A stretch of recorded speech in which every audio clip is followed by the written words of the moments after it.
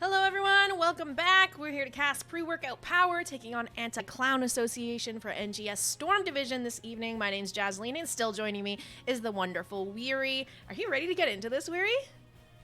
Yeah, I'm excited. BOE is definitely a very fun map to start. I couldn't agree more. It's kind of nice to see kind of some of these maps that we're going to go over banned out, because I'm getting a little bit sick of seeing at least one of them. But let's head on over to the map selections and give you guys a rundown of what happened. Coin toss was won by Pre-Workout Power. They've opted for first pick, giving Anti-Clown Association the map pick. The map bans this evening, Infernal Shrines. That's the one I'm excited they got rid of. I'm just seeing it literally every series, so it's kind of nice to see it taken off the table. We got Sky Temple banned out as well by ACA. Pre-Workout Power taking away Dragonshire, and Brax's holdout here for the banned maps.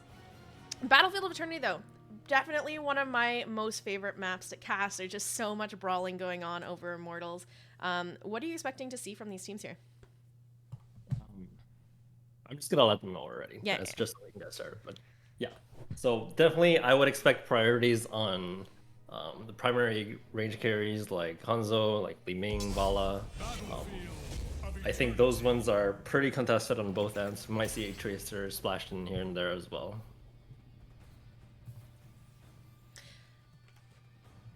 I'd like to see Tracer just because I don't see her as often as maybe I should, because I don't get to cast as many high-level games, but she was nerfed a little bit in the last patch. Do you think she's still a viable pick?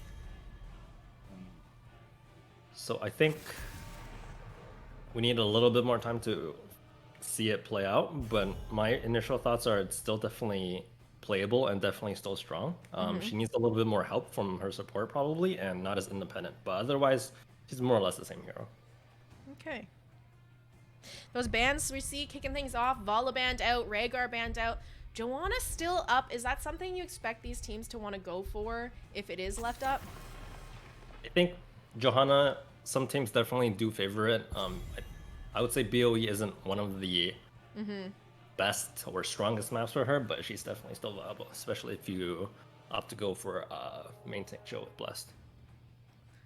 One more ban here to come out from Anti-Clown Association. Let's see if they're going to leave it up or not.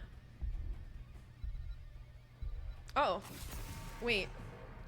I just noticed Kier's playing. Yep, so that's their super sub for the day, and I would assume he's probably going to be playing offense. How is this even allowed? Like, none of these people were on the team that qualified. Well, you know, this is funny. If the admins don't complain, then it's allowed. Hanzo picked up first, and it was the Blaze that got banned out there by ACA. Yeah, this is a bit of a stacked team here.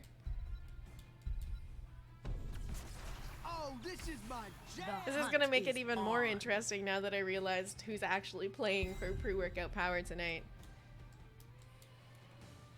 Lucio Lunara picked up here. What's your thoughts so far? Diablo coming in now. Pretty standard opening, I would say.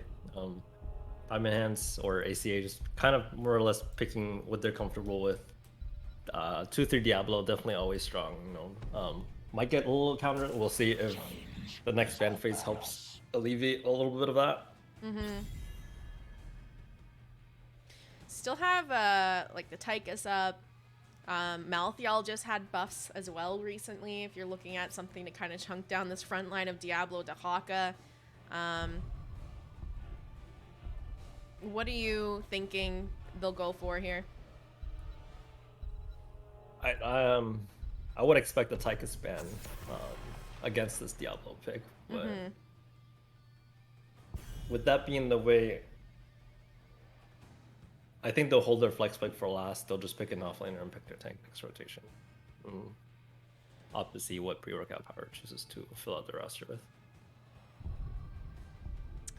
That Junkrat banned out. A few short seconds here. We'll see the last ban from Pre-Workout Power. It's going to be the Murden. So Tychus left up if they do want to go for that. always find it kind of hard to guess what the players on ACA are actually going to pick up. Maybe not you, because you probably look into them a little. I know. I have some idea of what they like to play, but you know, they just keep you on their toes. Yeah, no, for sure. We got a Falstad and an Anubarak from them. So, Weary, why pick a Falstad on a 2-lane map where your global maybe not necessarily will get as much value, or maybe it can?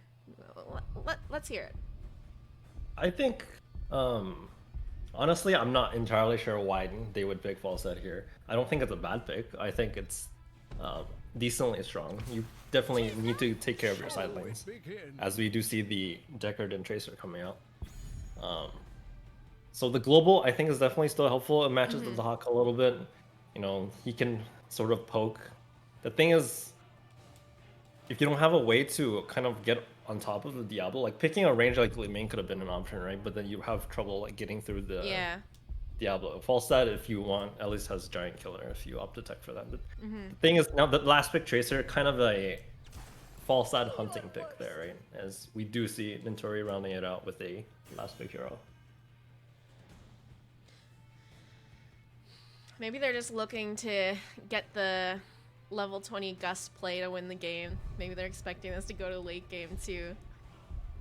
That's always the thing. I mean, the level 20 Gust is just insanely broken, and once you get there, you always have to watch out where you're fighting. Absolutely. Looking at these rosters, Weary, what do you think of them? Who do you think's favored? Who are you expecting to walk away with the win here? I like pre-workout Powers draft a little bit more, I think.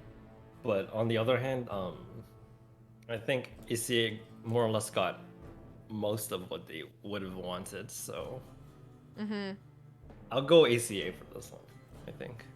All right, well, I'm gonna go with pre-workout Power here. I am a little bit curious to see how the Deckard can keep Tracer alive. It's kind of hard to land potions on her, but she can kind of take care of that if she's watching for potions on the ground, I guess.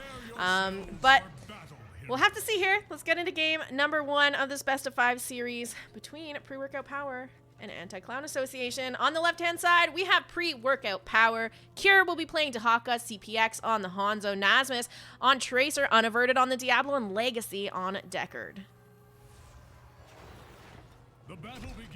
I'm gonna skip this one. You know who they are. They're Diamond Hands under a different name. 5, 4, 3, 2, full Diamond Hands roster here into a little bit of a Frankenstein CCL team from the other side. Some pre-existing synergy though. Some of them have played together before on teams.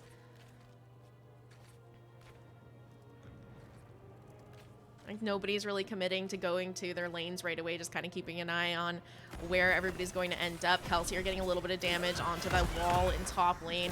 Unaverted hanging out there with Cure as well. A little bit of poking back and forth between Valimir and Nasmus. Unaverted goes in, but Valimir's perfectly fine here. Not very often that you see the middle of the map brawl on Battlefield of Eternity to kick things off. There's a stun onto Valimir. Deckard dropping the root there. It does not connect, and it looks like everybody might just walk away now and actually look at lanes. Yeah, so ACA's comp, you know, with their Lucio Nubrak, they can control the space and the vision of the middle really well, especially in the air looking phase where there's not as much kill pressure. What do you think about the Diablo Lucio matchup? I think it's a skill matchup, but a lot of it comes down to the other characters that are around the Diablo, as we do see the bot camp being taken here. So the thing is, if the Diablo can look for raw QEs, then it's a lot harder for the Lucio to react compared to saying you have to land it on the wall. Yeah. There's the stun there onto Caesar Salad. He's going to go ahead and burrow out. CPX looking to get a little bit of damage onto Gottfeld, but Gottfeld kind of returning the favor there. Nothing that Legacy can't heal up with a couple potions, though. And that camp does go over to the side of Pre-Workout Power. Meanwhile, in the top lane, Kelsier having a little fight here with Nasmus. Nintori also getting a bit chunked down. They did pick up the camp up there. Now Unaverted making the rotation onto Nintori. And Tori getting quite low here. Nasmus sticking onto him. Let's see if he can make it out of there. It does look like he will be able to jump over that wall to safety. ACA getting a little bit more top wall damage. Lunara's been top the entire game, even though trading out camps. So Ooh, there's a stun on a Gottfeld. He's gonna barrel roll out though. Perfectly fine. Yeah, a bit of damage here. You guys can take a look at that top wall. In turn, down below and bottom, they didn't really get any damage down there. In fact, ACA actually got some damage onto their bottom wall as well with that rotation Diablo did up into top lane. We have Bruiser Camps getting picked up now. Pre-workout Power locking theirs in. Anti-Clown Association waiting just a little bit before grabbing theirs. And 10 seconds now until these Immortals spawn in.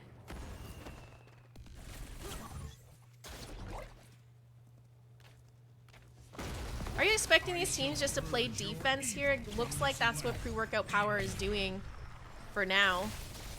Yeah, so we do have both globals trying to clear the hard camp, right? While the other 4 members on each side are kind of... Anubrak getting caught out here. Caesar Salad in a bit of trouble. He's going to go ahead and burrow out.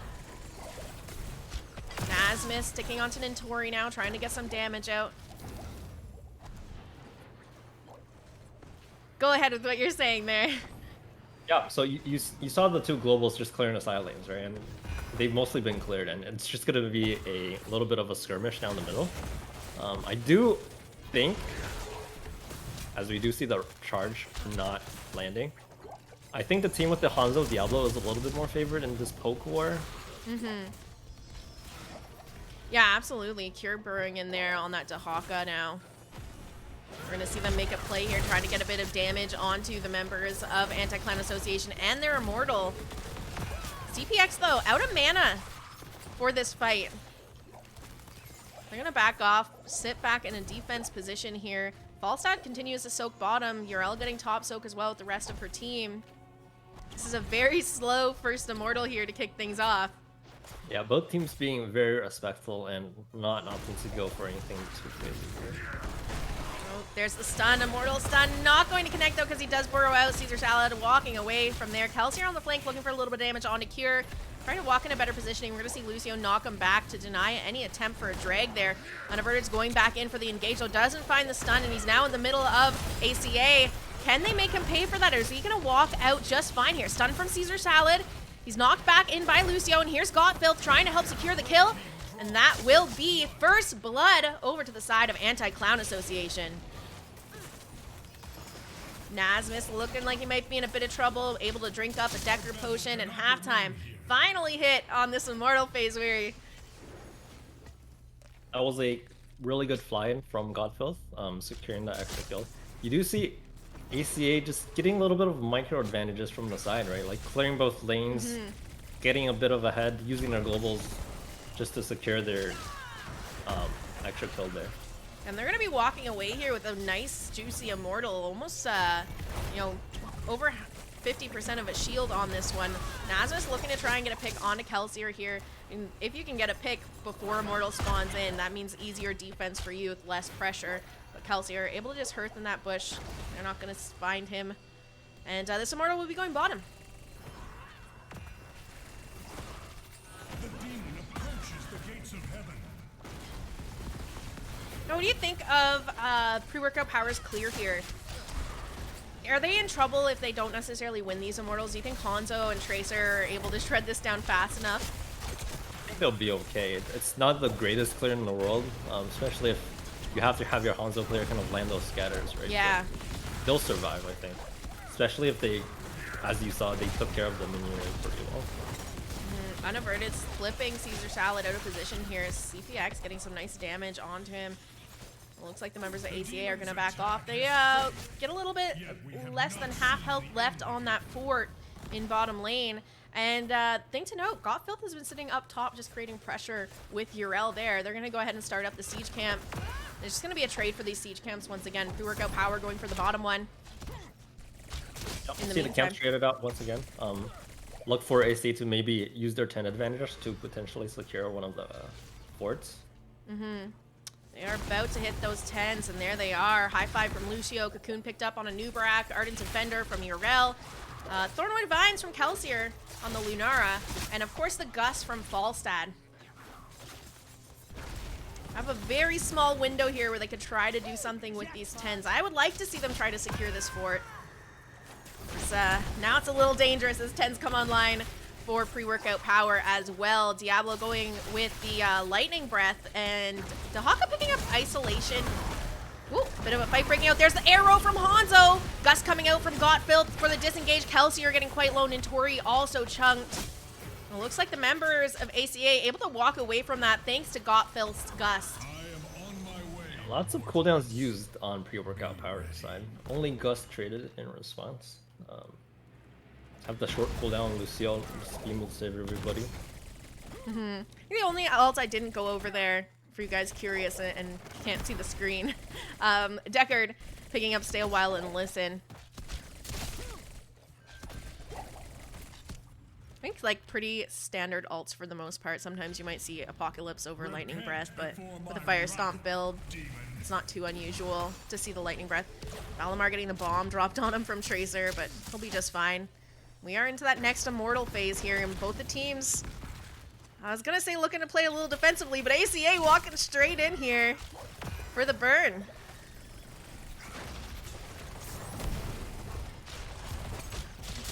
Deckard looking for that CC, but not quite able to find it. I'd like to see them make a little bit more space for CPX to maybe step up and get a bit of poke onto the Immortal.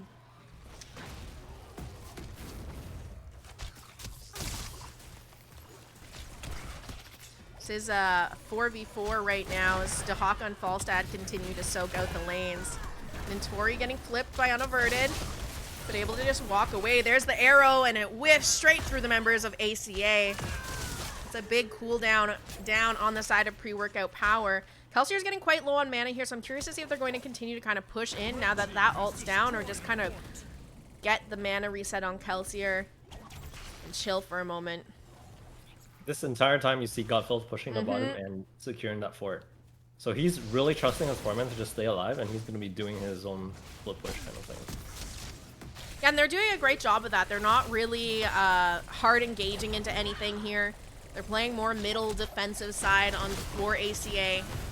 The exception of Nintori, he's been kind of jumping around in the back line sometimes. We have the Cocoon out onto Tracer. There's Lightning Breath coming out from Diablo. Kelsier getting chunked down. Let's see if he can live through this. He's going to survive for now. The stun onto Diablo, going to create enough space for Kelsier to walk away here. They don't find anyone. Lots of low health bars, but everybody managing to survive that fight. And we're almost at halftime now on this Immortal. New position.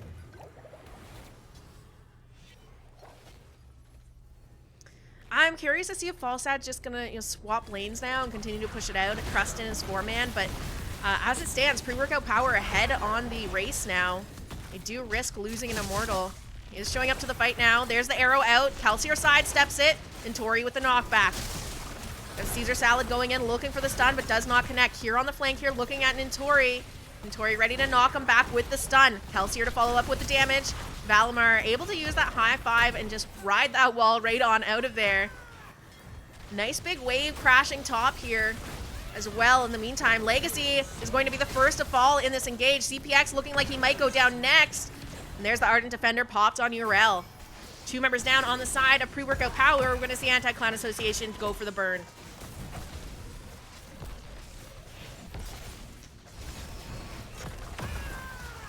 All of these fights just feel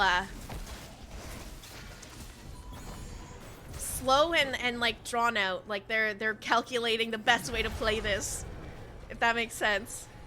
Yeah, I think pre-workout power is trying to figure out how they want to look for these engages, and they're not exactly finding the things they want to. You know, the way Diamond Hands has been playing, especially around this Anubrak and High Five Lucio, is they're just gonna try to match you and really not give you the fight that you want. And Tori jumping into that back line, getting that stun onto CPX and uninverted. This top fort is going to fall here. This Immortal, pretty healthy, still a bit of a shield left on it as they push in. I love watching Urel's play too, because people who really understand her are able to get into that back line, harass them, get back out, and just be completely fine. There's Yeah, Urel's definitely Go ahead. one of the more challenging offlaners to play, I think. Yeah. No, I agree. Oh, Kelsier, bit of trouble there. Gonna get the high five from Valimar. Deckard looking to try and stall them on the way out, but it's not gonna connect, and it looks like ACA backing off to take a peek at top camp here. Chat is asking if Stay a While and Listen has come out yet. I don't think he's used it. No, I don't think so.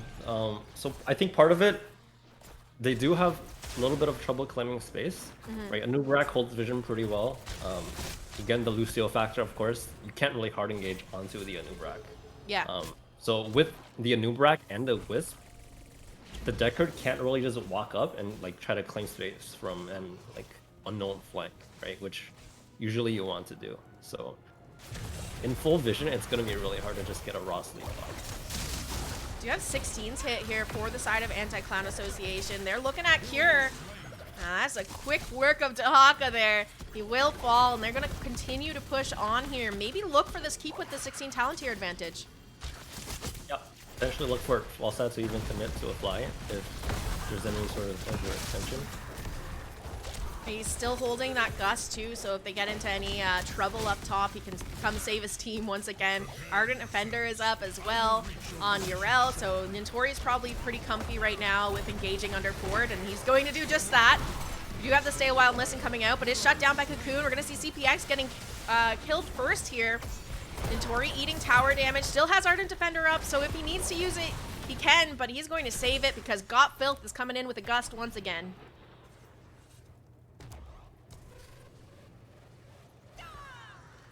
It looks like, yeah, pre-workout power, they're stepping pretty far out here. Maybe they were trying to find something, but they're down their Hanzo. It's a 5v4. I can't say I like that call from them. There's the high five to cleanse the drag onto Caesar Salad. And they've already got this Immortal almost to halftime here. They're going to back off, reset, all of them quite low on mana here. And go back in for the re-engage before 16s come online. Oh, big arrow there onto Kelsier, but Valimar with the cleanse on high five, unaverted, getting caught out. See if they can turn onto him enough. There's the stun from Nintori. And the damage online here. Falstad will secure the kill onto Diablo. And that's going to be a full death timer here as he does not have his souls yet. See if they can get some counter kills here, and that's exactly what they're going to do. Anubrak will get picked off. Legacy dropping the Stay a While and Listen on that Deckard. CPX looking like he could be in some trouble, but Nintori doesn't quite want to commit to that. They're just going to back off and continue to race this out. Once again, quite low on man on the side of ACA. We're going to see Diablo back up in 8 seconds, but a full 29 until the Anub is back into play here.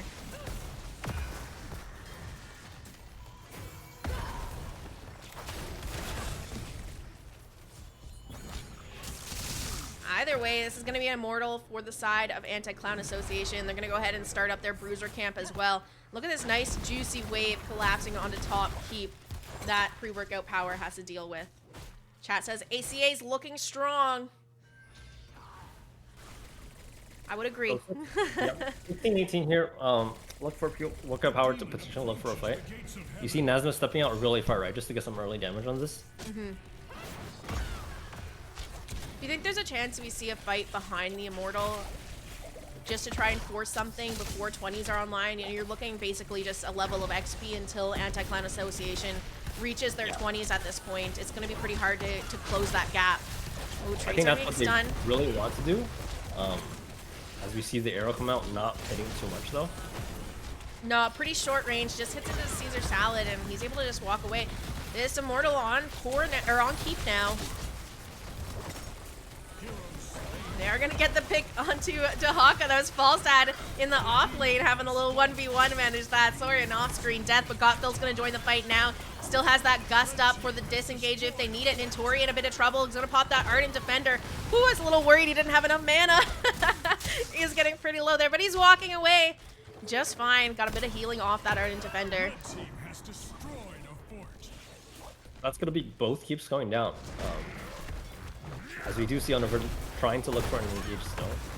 Unfortunately, though, his damage is getting zoned out. CPX is in trouble here, and Tracer also in trouble. Both of them do fall. Legacy knocked back, able to hit himself with a potion to stay alive for the time being. We're going to see a Lightning Breath come out. Caesar Salad locked down into it for a little bit, but managing to disengage for now. They're quite low on mana on the side of ACA. I don't know. Looks like they're gonna try and go for the end here, but I think they can. now Diablo's So the way the team, they want to hit this, right? If they get another kill thing here, I think they can end. So a lot of their damage does come out from the Lunara. It does look like they're opting to make the safer play and just lock away, which I think is correct. yeah, it's kind of risky. I mean, you have less than 10 seconds at that point when they made the decision till Hanzo Tracer were back up, and that's really when things get a bit scary, when they actually have damage to return onto you on the side of pre-workout Power. They have that level 20 Talontier advantage. They have these forts and keeps down now. They get to just kind of play this slow, and this is this is their game basically. They get to play it their way now because pre-workout Power behind on Talontiers. They're gonna have to worry about cleaning up lanes. They're the ones that really need to force something at this point, and they can't really even do that without 20s. Yeah, I think pre-workout Power just has to find the right fight and just take it. They don't have any other option here, especially with a bit of a slightly new change is. Once both keeps go down, the mid well actually goes down as well, right? So they don't even have a well to... There's the arrow coming out. Does connect onto 3 members of ACA. This is their turnaround chance, and they're going to find it. Down goes Lunara. Lucio also picked off here. There's the Gus out from Got Filth, and it is that upgraded Gus, but at this point, 2 members down on the side of ACA. This is the play pre-workout Power needed to make. He actually found the arrow on the 3-man. They got 2 kills off of that. Look at this call coming out though. Nintori and Got Filth are saying, that's fine, we're just gonna go threaten core while you race. Here's a few katas and a siege camp coming in top. Even if they get this immortal, I mean, there's a lot for them to have to go through before they can go core. You still have forts up on the side of Anti-Clown Association. So you win that fight, but it's not... I don't know really how much they get out of those 2 picks unless they continue to stagger deaths here. It is time for a change in strategy. I think it's a very encouraging start though. You get 1 or 2 more of those fights and you just win the game. So definitely, as you do see Nintori trying to create some space here, he is walking into a 1v4, but looks like he'll be okay. Yeah, we're gonna see him pop the Ardent Defender here as well. Caesar Salad going in for the stun onto Nasmus. This immortal is going to be secured here by pre-workout Power. I want to know what they do with this. It's a nice healthy immortal. I mean, we're level 20. It's 20 minutes into the game here. Nice decent shield on it. How much can they get out of this? Is this a full fort and a keep going down? Is this just the fort and a keep wall? What are you thinking? I think a lot of attention is going to be in the offlaners here dueling each other. Nice high five from Valimar to keep his team alive. And that's the thing, that if this arrow doesn't hit Valimar, he's just cleansing everyone out of the stun. Right. I would add, it's not only that you have to hit Valimar, you have to hit Kel and Valimar at the same time, because the Lunara does have the abolishment as well. Yeah, you're right. You're totally right. It makes it even harder here. Shields down on the Immortal. They're now pushing in to the keep of Anti-Clown Association. Arrow down now, though. Still have the Stay a While and Listen, Lightning Breath on the side of pre-workout Power, but they're just going to opt to back off here. Maybe look for a pick onto Falstad if they can find it. He's going to try and fly, and he's on out of there to safety. Thus ends my assault on hell. I must rest for a time. So you're on the side of pre-workout Power. What are you looking to do at this point? Because you're behind on structures. You're going to constantly have this siege pressure building up in your lanes just from those katas that are coming in. How do you play this from here? They're going to have to just do what they did before. You know, find fights and win those fights decisively. There's the arrow coming out. Oh, nice high fives again from Valimar. The Gus from Gotfield for the disengage. CPX getting chunked down. Bomb out onto Falstad, but they're going to be just fine. Pelsier, though, is not going to be fine. Down goes Lunara. We're going to see Caesar Salad fall next, but not for free as Hanzo gets picked off on the side of pre-workout Power. Nintori's going back in. He has that Ardent Defender up now if he wants to commit a little bit harder, but they are missing some damage from Lunara. They're missing their tank here. And there's Unaverted going in for the engage.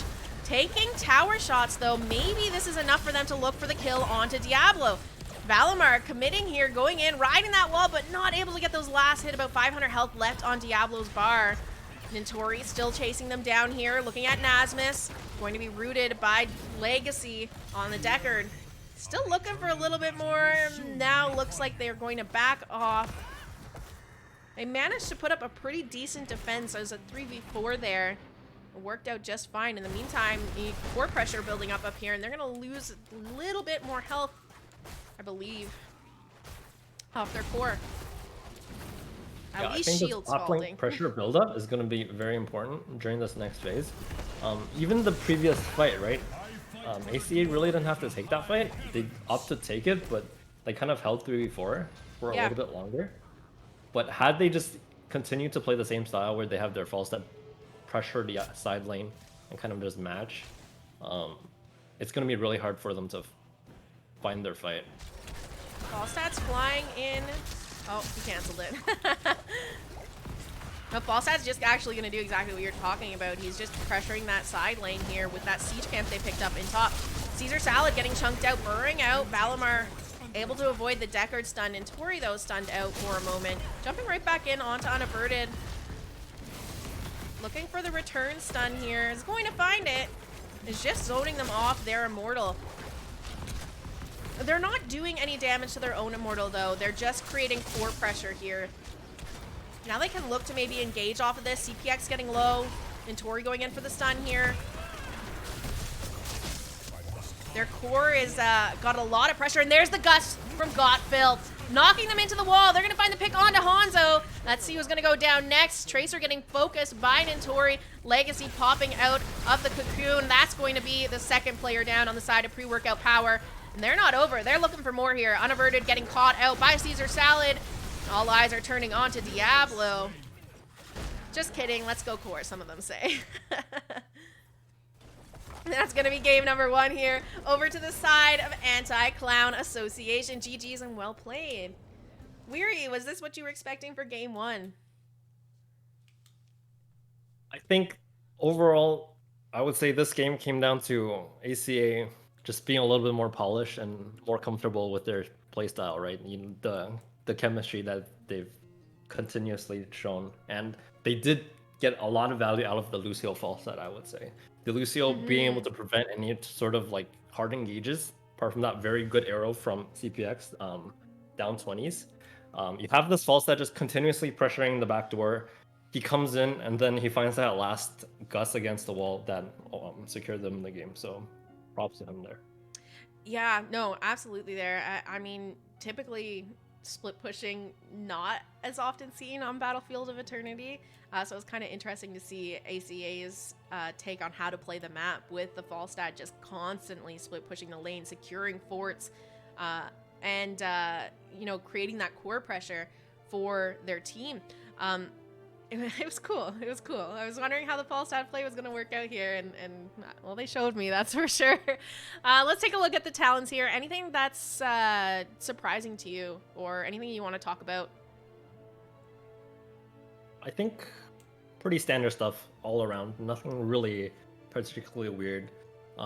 Again, I would highlight the Lucio high five, as well as paired with, you know, the Lunara Vines with PvE at level 4. So Kelsier really opting to trust that his Lucio will give him the save instead of having the leap to self-cleanse himself, and just saying, I'm gonna just man up here and just poke your Immortal from a distance and you can't hard engage on me.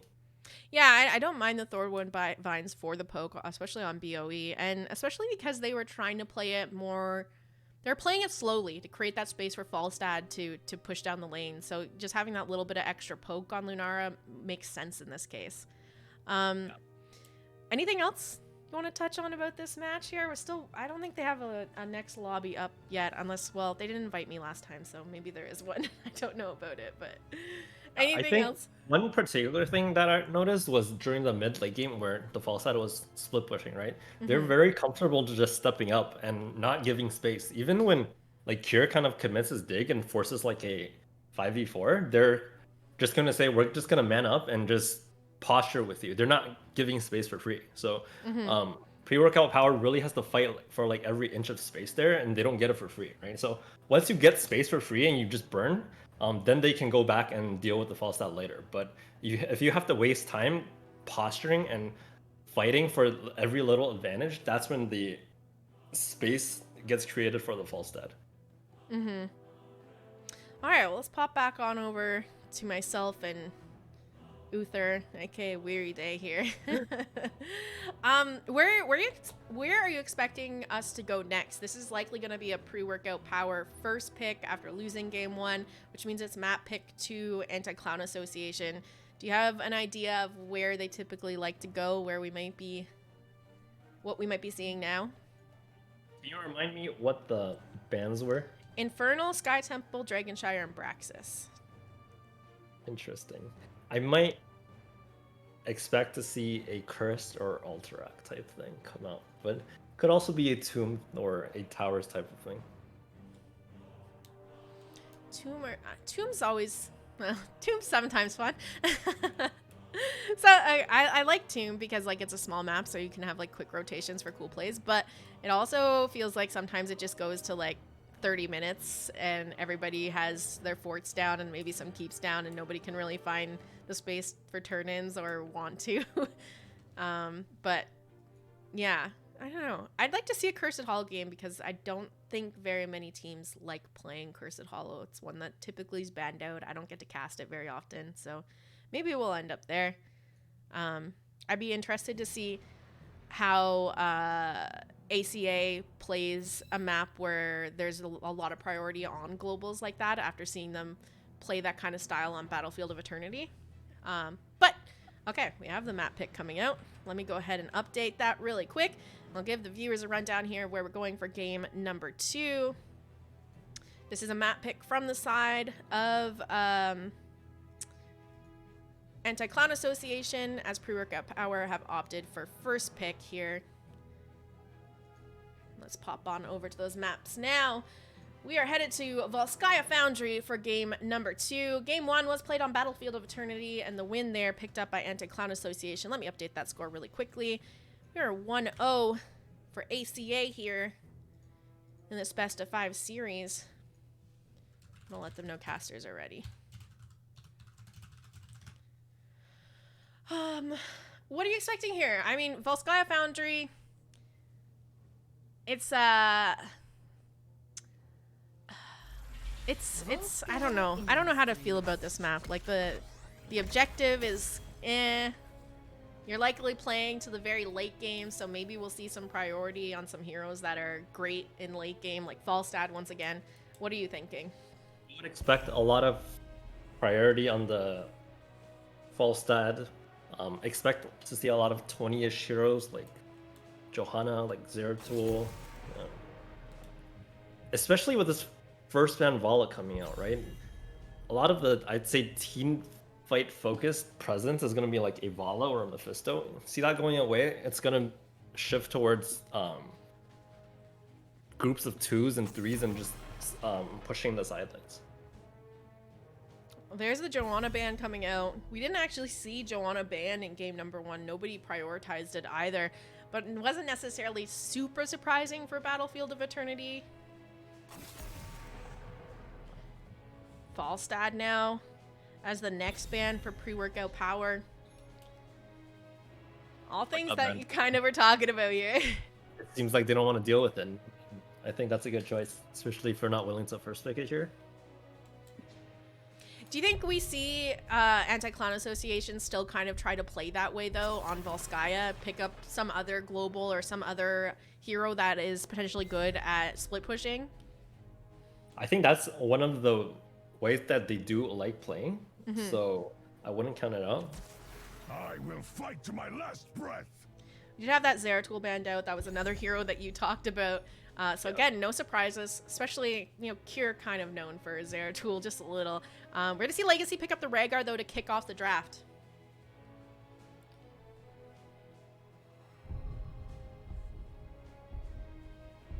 So, knowing that they like to play that style, what heroes would you expect them to grab to do? Grant us strength. The early Medivh Malfurion. I think I have an idea what they want to do. It's not the funnest thing to play, I guess. So we'll see if pre-workout power here. I'm sure they've seen this variant played in CCL last season as well. So we'll see if they remember what's going on here.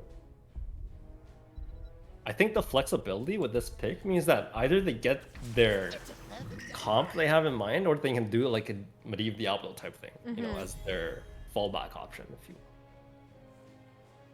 Junkrat Blaze picked up here for pre-workout power. We're seeing some of those heroes. Actually, all 3 of those heroes were banned out in game 1 by ACA. So now pre-workout power with them left up are grabbing them while they have the opportunity. And there's the Diablo ban. Interesting. Okay. Means I can't fall back to Diablo Medivh comp here.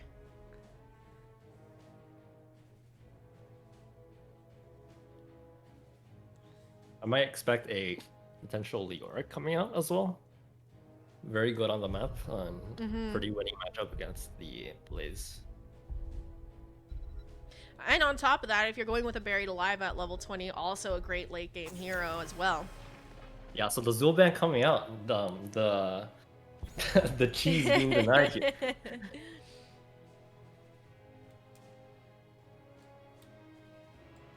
It's not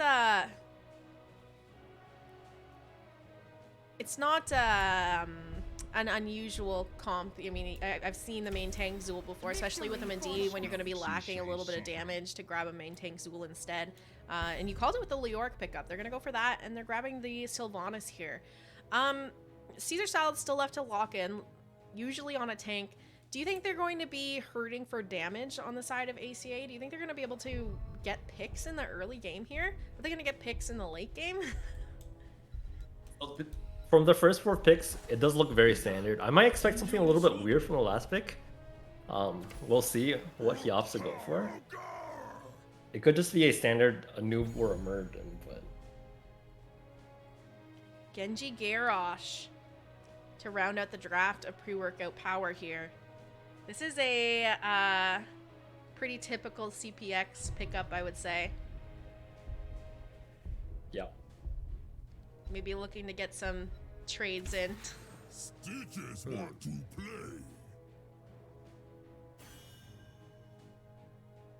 Okay. Not what I had in mind. I think it's a decent option here. They just... I think I mean, a lot of the comp comes down to the Malfurion and Medivh early picks. I do think Malfurion is a little bit stronger in this patch. Without the Vala, you have the Sylv as your carry, right? It's a little bit not as strong or like not as much oomph, but I think this is definitely still pretty solid. You also have the potential for, like, they might not have the blow up damage necessarily on their side with a Medivh Sylvanas, but if you're looking at a Gorge Stitches, you have the hooks, the Gorge, the portals, and if they're so separated, like, you don't need the blow up damage. They're so far away from their team and so far to get back that you're likely just going to get the kill anyway. But again, this is always the case with Stitches comps. Like, it really relies on whether he's hitting hooks or not. Commence combat preparations. Looking at these 2 comps, Weary, who are you thinking is going to come out on top here? I'm not a big fan of Stitch's Leoric, but I'll still give it to ACA. I think their comp is a little bit easier to play. When I look at pre-workout Power's comp, they have a lot of strong heroes. But the thing is, I'm not sure what their identity is. Like, do they kill frontline? Not really, because they have Medivh, right? But do they kill backline? They don't, because Garrosh can't hard engage. So Yeah. No, if ACA plays solid and don't make too many mistakes, I think it's pretty favorable for them. Yeah, and I agree with you. I think that looking at their comp right now, it really is hard to figure out how exactly do they go for these fights unless Uninverted is finding people out of position, which, you know, ideally he doesn't. But even if he does, I mean, they still have portals and shields just to save the people that are getting tossed in. So it's hard to say what exactly a Garrosh is going to do into this comp. There's Stitches getting stunned, but the shield coming out there from Medivh to keep him nice and healthy. We're going to see Caesar Salad tossed in, but there's the portal drop. Junkrat, though, knocking him away from it. And it looks like Caesar Salad might be in trouble here, and we have a pause. Whoop. Bit of leg coming out, maybe. A little bit of skirmishing down the middle. You do see the Leoric just taking care of the bot lane. We'll see how much of that Sug pre-workout power is able to pick up. Alright,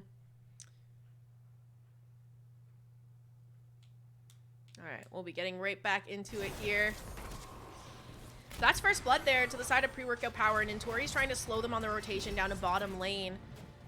Deny them a bit of XP. CPX having to hurt here for health. The remaining members just doing that rotation between mid and top. We do have camps spawning in now, so we might see some of them go for their turrets.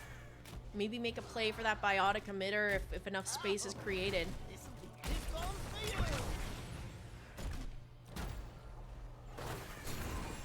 But it's going to be turrets first. Both teams grabbing them now. 4 people. Did you know it takes 4 people to do a turret? Well, it doesn't hurt, right? No, there's no lane crashing. Speed them up a little bit. And Tori getting tossed in. He's going to go ahead and raid though. Got the shield there from Medivh as well. CPX getting a bit of damage put onto him. But again, nobody really falling here. Just a bit of damage traded back and forth, and everything is just okay. Biotic emitter here started though by pre-workout Powah, and we have Cure rotated up, so if they want to make this a 5v4 they can.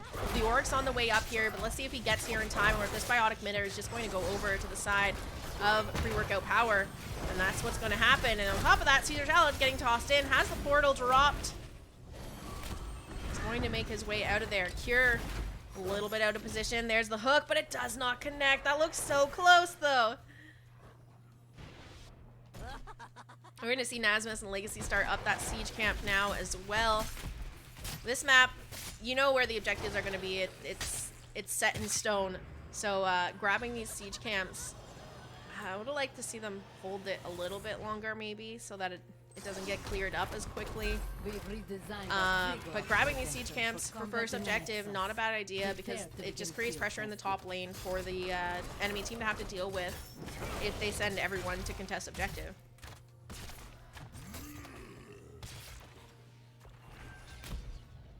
I already see that siege camp collapsing up top from pre-workout Powah. Looks like they're going to try and get a little bit out of it before heading to objective. Meanwhile, a little bit of a 2v1 here. Cure getting caught out. It's getting chunked from the Leoric. We're going to see Malfurion join his team up top here as that camp finally cleared out now by Anti-Clown Association. They have a bit of their camp left. So Junkrat's going to be hanging around top, and the channel here started for ACA.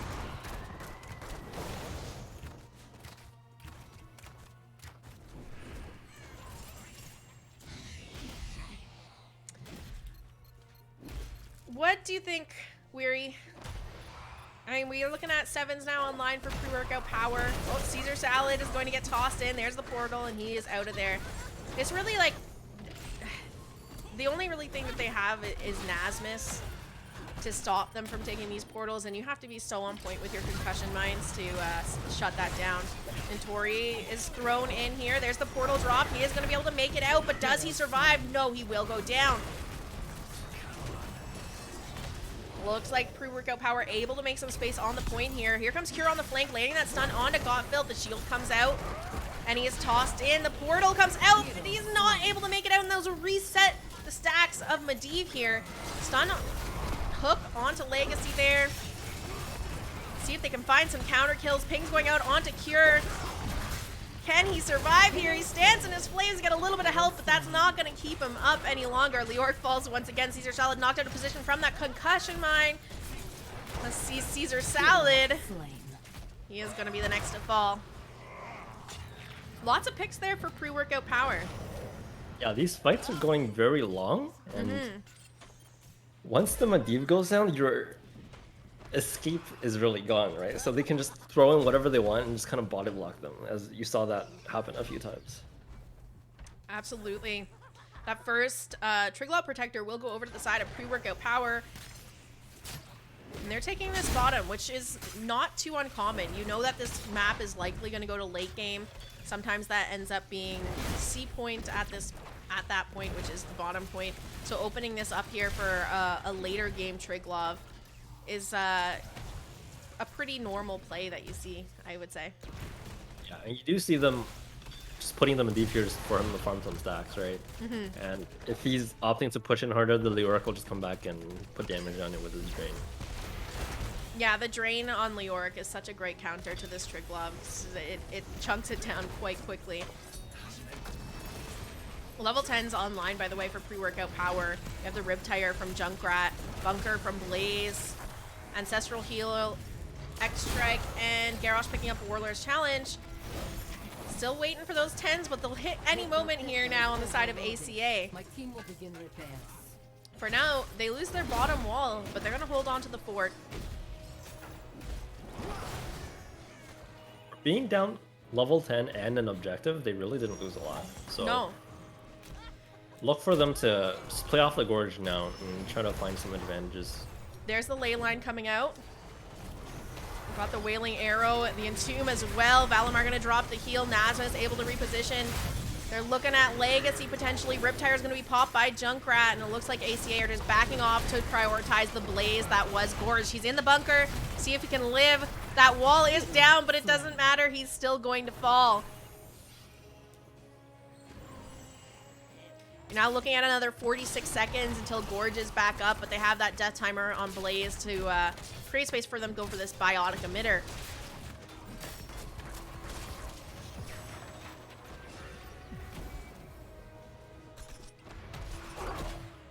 And Tori now rotating down, getting some soak in bottom lane. Sylvanas pushing out top lane. That wave crashing on that top fort. As we see Legacy start up the siege camp of pre-workout power. Medivh back up to 15 stacks, by the way, for those counting. And if you didn't know, we also have Shuriken Mastery picked up on Genji. He's sitting at 54 stacks, so he's not too far off of finishing that himself.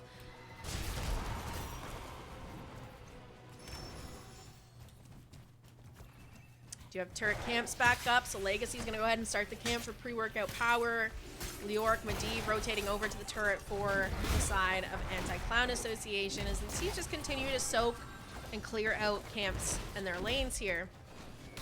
Unaverted maybe thinking about the invade, but they are a little bit late for that. And Tori needs to be careful here. Oh, he's shut down. There's the portal. But he ends up walking past it onto the conveyor belt here. He is going to fall. He does manage to drop that turret before he goes down. I guess if you're going to lose someone, Leoric, who can cheat his death timer a little bit, is not the worst to go down. Yeah, a little bit of miscommunication there. I think he definitely could have lived. And really good CC change, though. He didn't really have the time to just unstop away any of those CC. Yeah, it's not very often that, you know, ganks on Leoric, at least has an opportunity to try and survive with his Wraith Walk, but they just, anytime he could have clicked it, immediately CC'd again, so there was no opportunity. That's top siege camp from ACA starting to push in here. There's the hook going out from Caesar Sala, but it does not connect. They do have that Gorge up now. They can try to make a play as this next objective comes online.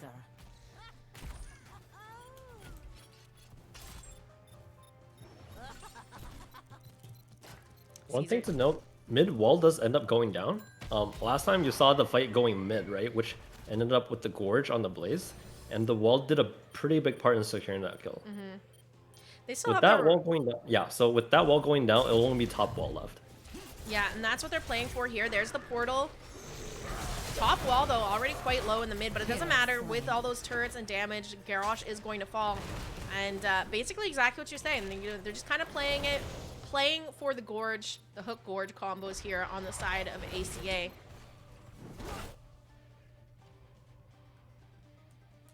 The bottom fort's taking a bit of damage here as well and is getting quite low, but the channel still online for ACA. They look to try and secure their own Triglav Protector for the first time in this series.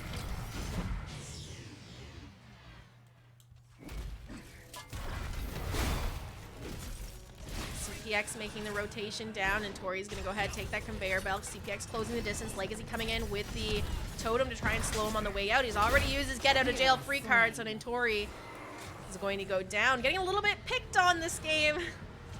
And this means bottom fort up and for the taking on the side of pre-workout power, and they're going to do just that, securing Anti-Clown Association's fort. Meanwhile, the channel's still continuing for ACA on this objective. Sylvanas trying to get some push into top lane with all the members of pre-workout power missing right now, using that window of opportunity as they do secure themselves their first Triglav Protector of the match. Blue team has taken control. This is interesting strategy coming out here for pre-workout power. They're just opting to go ahead and siege down the lanes, and it's not even surprising. Like, the Triglav doesn't do a ton. Sylvanas getting a bit caught out there, had the taunt from Garrosh, but popping the unstoppable and running away. These Triglavs, like, they're not that exciting to pick up. You just saw how much pre-workout power got done by just giving the objective here. Garrosh a bit out of position. There's the Wailing Arrow coming out, and Triglav securing the kill. I just said they're not that fun, and then he goes ahead and is like, I'll show you fun. And Cure getting chunked down, out of mana. They did manage to secure top 4, another 28 seconds on this Triglav. And try and get some more done with it here. Fortunately, they're going to be popped out. Not the full time that they could have got off of it here, but not horrible. They got a fort out of it. They got mid wall. They got a kill. And now they're looking for the invade. They're still holding on to their top fort as well.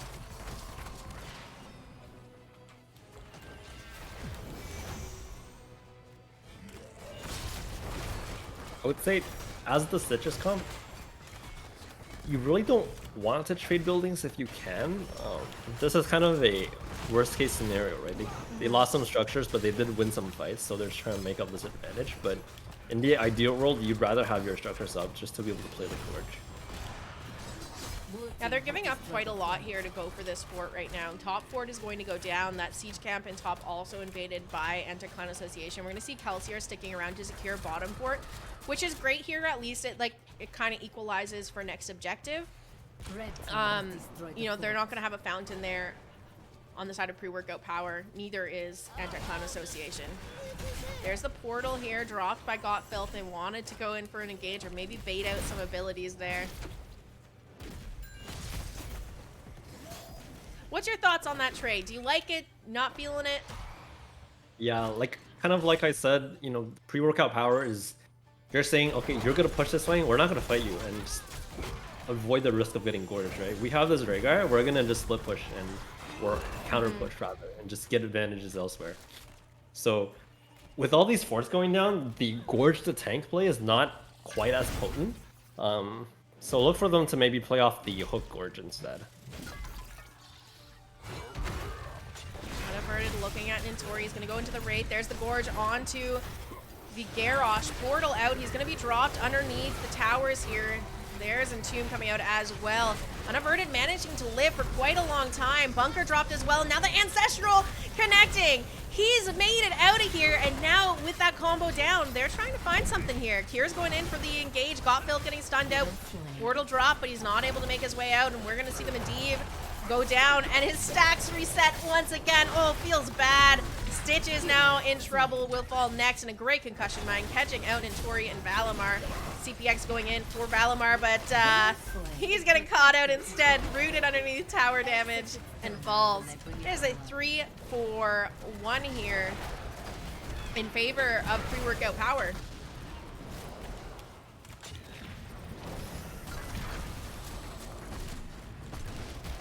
Pre-workout power with that 20 talent tier advantage now as well, pushing in for this mid keep. What do you do now on the side of Anti-Clan Association at this point? For the in-minute phase, you just kind of have to give this keep, get 20s, regroup, and look for another fight. The last fight, they got pretty much what they wanted, right? They got the hook into the gorge portal and then the ley line. I wasn't sure, I couldn't remember where as we do see the ley line coming out to try to keep them there a little bit. Potentially the wheeling could have helped to secure the kill, but otherwise they play that nearly perfectly.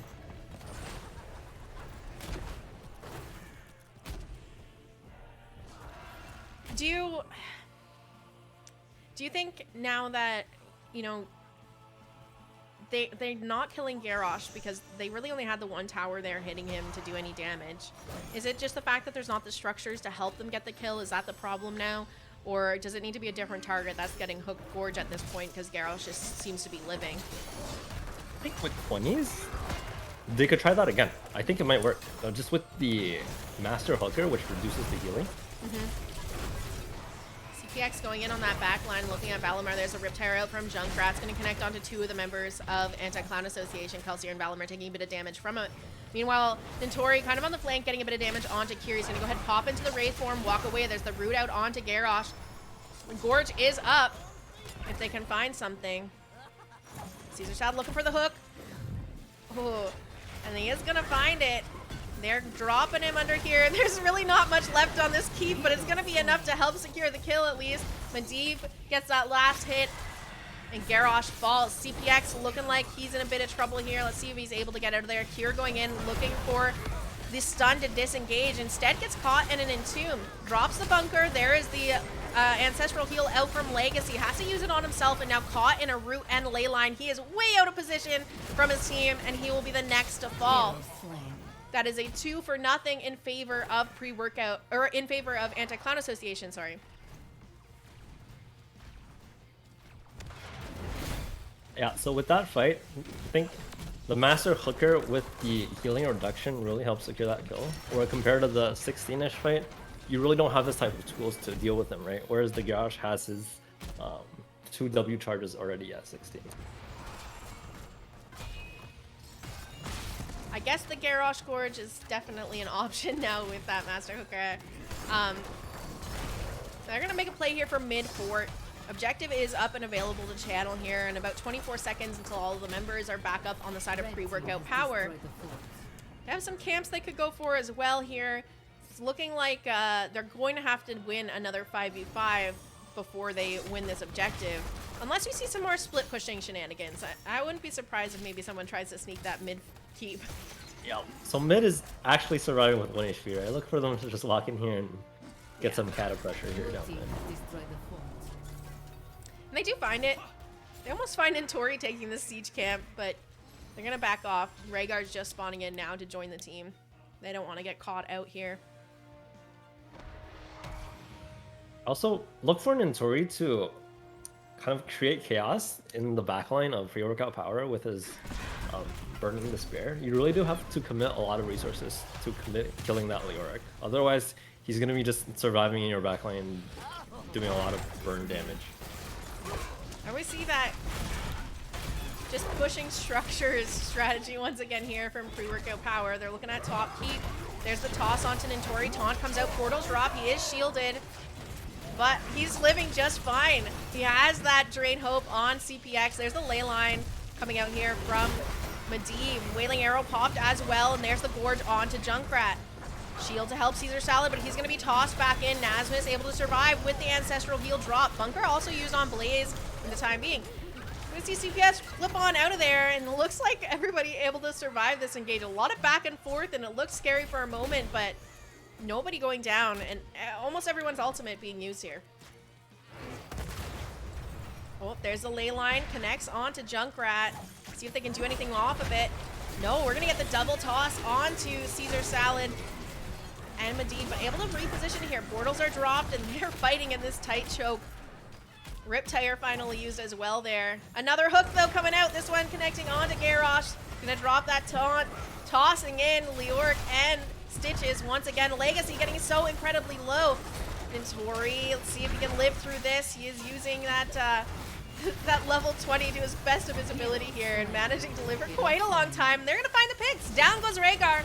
Blaze falls, and now finally Genji making it a 3-for-0 in favor of Anti-Clown Association. Now, I love how much the objective is prioritized on this map. It makes it really fun and engaging.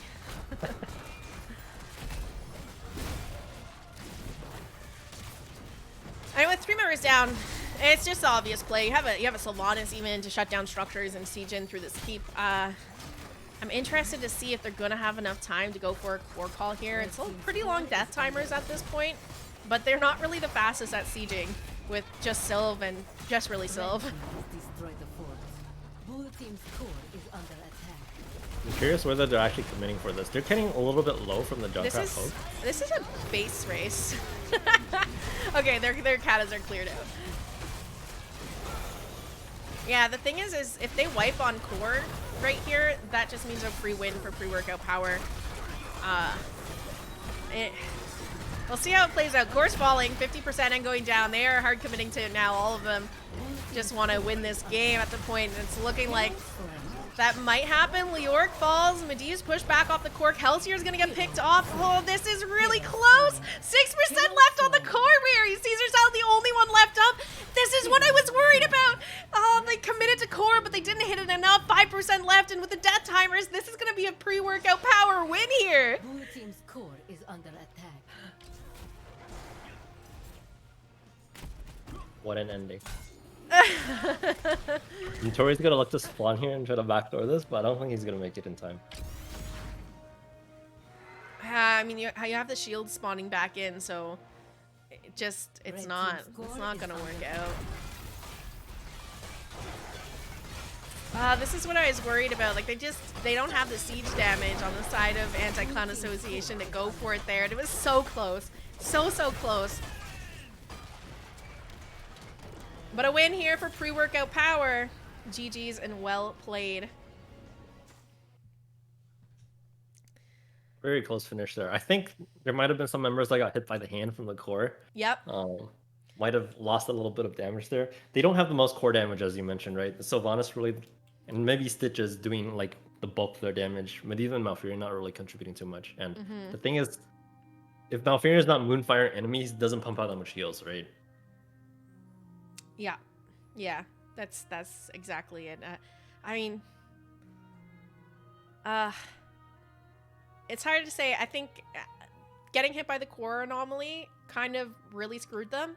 If they would have just been able to sidestep that once or twice, you have a couple more hits on core and that's game. Like that alone probably would have finished it for them. Only 5% left on the core though. That's gotta feel bad on the side of Anti-Clown Association, but it must have been a pretty hype moment for pre-workout power to be able to defend that and end up winning that game. All in all though, a fairly close game between the two teams here. What's your thoughts, Weary?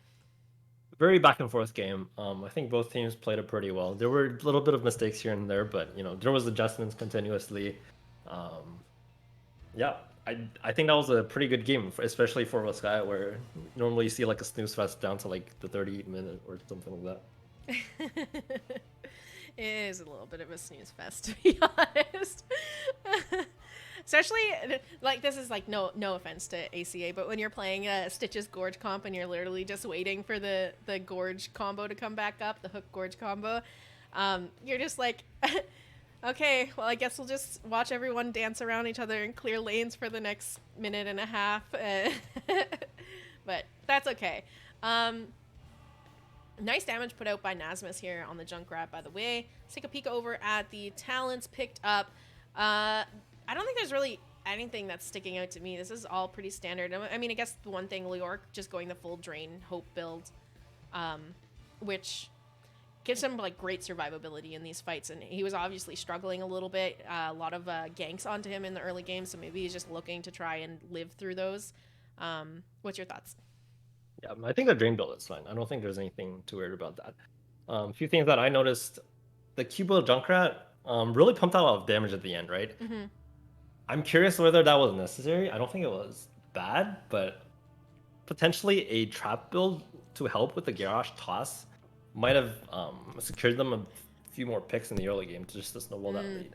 And on the other hand, one interesting thing was Kels did not go for the Merc talent at level 4, which you see that picked up quite a bit on this map to empower your turret or your top camp, right? Yeah, that's true. I noticed that as well. No Merc Queen from Sylvanas. Calcier opted for Unstable Poison there instead. That's honestly, I'm not too surprised though, because if he goes Merc Queen, they lose a lot of wave clear on their team without either this or possession. Like they have a lot of trouble just keeping up with the waves. Let's go ahead and pop back on over to myself and this guy. We're getting ready for game number 3 here. Game 3, let me update the score, update the master real quick for you guys. It's 1-1 in the series. Pre-Workout Power just picking up their first win of the evening on Volskaya Foundry. Game 3, we are headed to Tomb of the Spider Queen. This is a map pick from the side of Pre-Workout Power here, as Anti-Clown Association have opted for first pick after losing game 2. Let's take you there. If you guys are just tuning, oh, we're jumping straight into the draft. If you're just tuning in though, BOE for game 1, ACA won that one. We went to Volskaya for game 2, and now here you go, Tomb of the Spider Queen.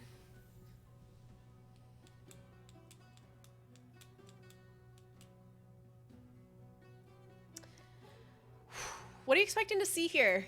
Are we gonna have more, maybe more aggressive style on a smaller map where, you know, split pushing and sieging not necessarily the easiest to do without getting caught out? I think it'll be a lot of the same, honestly. The false that's potential split push could be one thing. The Div paired with a potential Zool or a potential Diablo, another thing. I don't think either of these teams particularly like running hyper carry Vala type of situations. So again, look, if not those things, then look for maybe a Hanzo or a Tracer, more Diablo, more noob type thing.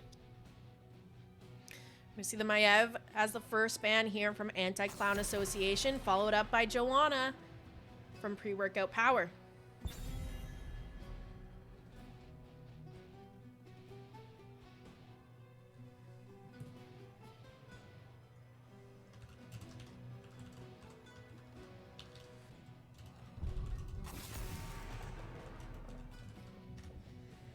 All right, there's the Junkrat ban coming out now from ACA. What are you expecting here for this last ban? Oh, never mind, it's Vala.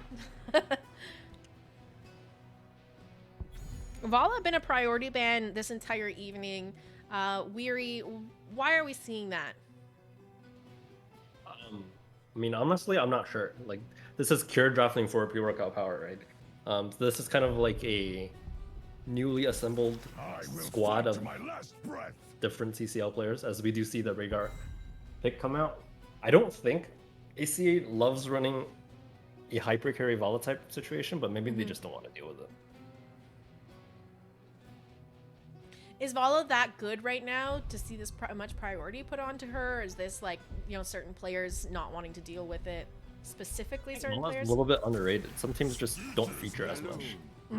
We see the Malfurion stitches being returned.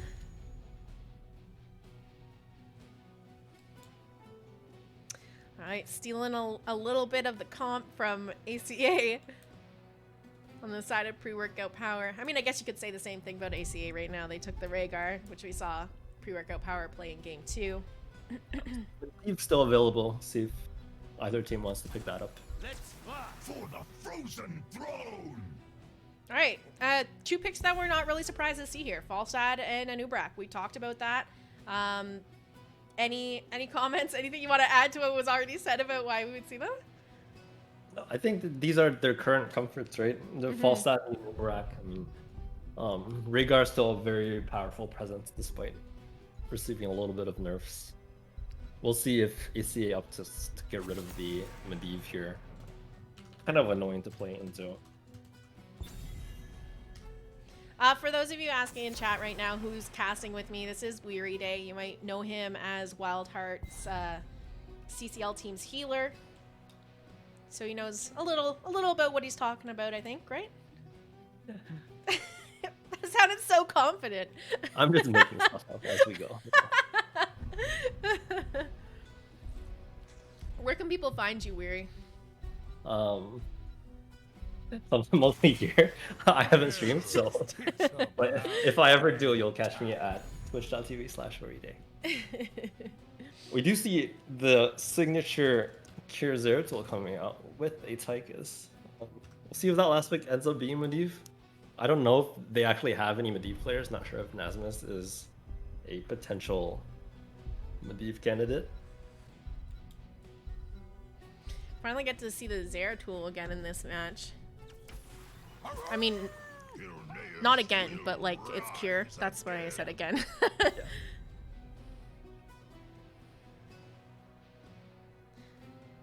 Hogger and Greymane picked up for Anti-Clown Association. This is looking like a lot more of an aggressive comp coming out here than we've seen from them this entire evening. If I didn't know what this map is, I would have thought this is like Cursed Hollow with the amount of like building hitting and camp hitting potential, right?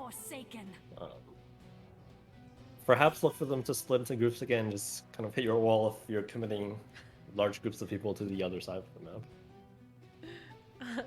I'm getting in trouble for being mean to my co-caster. Sylvanas to round out the draft here, pre-workout power. Weary, what's your thoughts on these comps here?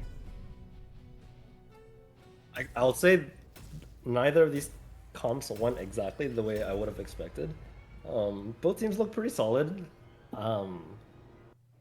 Not especially like catered towards this map, but I don't think there's anything wrong with that. We'll see how much work Cure does on the Zeratul, and otherwise we'll see the Stitches Malfurion synergy and how that goes. We do have, like, of course, the Web and the Gust to kind of be tools to counter play against those type of pick potential, right? So I do think, I mean, you're saying drafts aren't necessarily catered towards this map, but I do think that pre-workout power here has drafted to, you know, get as much value out of their turn-ins as possible. They picked up Sylvanas, so she's going to be able to shut down structures. They have Tychus, and if he goes Odin, that's good siege damage as well. And additionally, Stitches, you know, these turn-in areas are just big, wide-open areas with no minions to eat hooks or anything. So I think it could work out for them here. Maybe we see, I think I'm calling for a pre-workout power game number 3, but we'll have to see here. Let's get into the match. Let the battle begin. Got Phil flying in there, getting some stacks really early on his Gathering Storm.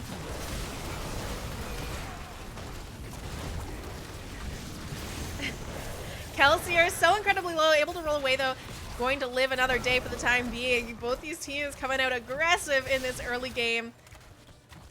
I'm kind of excited that we're seeing a little bit more aggressive of a comp drafted by Anti-Clown Association. It means there's going to be a lot more for us to talk about. yeah. Hook goes out there, does not connect, but Caesar Salad getting chunked down. There's a grenade from Tychus, but not enough damage yet to secure the kill.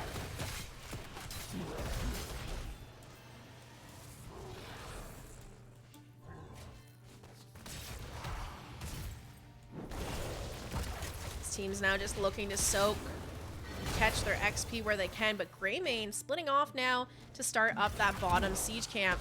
Not too surprising, Valimar is going to rotate down as well. In the meantime, though, that's leaving Gottfil to defend this 4-man push from pre-workout power in the top lane. So right away, we're seeing this siege down structures, opposite side of the map, kind of strategy that we saw in a, well, I would say the first 2 games, whether it be from ACA or pre-workout power. I'm not sure if they actually, I'm assuming they guessed. I don't think they actually saw kills go down to the siege camp, but with that minion wave buildup, they really took advantage of that and just took an entire wall. Cure's coming down now with CPX and Legacy to clear out these giants. They got a bit of damage onto that tower, but they didn't manage to secure it. So if you're just looking at like trade value here, definitely pre-workout power coming out ahead.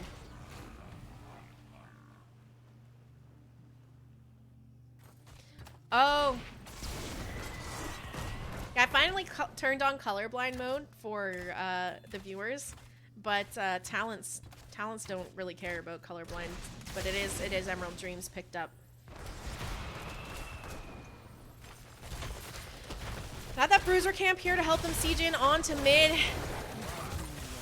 Here's the root connecting onto Valimar. He's gonna be able to walk away. Nice stun to help with the disengage out from Caesar Salad. And they're going to manage to get most of this front wall on mid fort. There's the hook onto Kelsier. But no follow-up to do anything off of that. Just that one tower still standing, but the minion's about to finish that off now. Yeah, taking these walls, again, is really good against the Stitches team, right? He's going to have a little bit less kill pressure. As we do see Cure just jumping away. Yeah, pings onto Cure here. I don't think they're going to do anything, though. Down in Tori, left alone by his team. Very overextended in this bottom lane. It's going to go ahead. He already used the Unstoppable. There's the hook, but don't really have any damage to follow up off of that. So he's feeling pretty okay here. They managed to get down bottom fort wall. They managed to get down mid fort wall. And guess what's next? Top fort wall. Who could have seen it coming?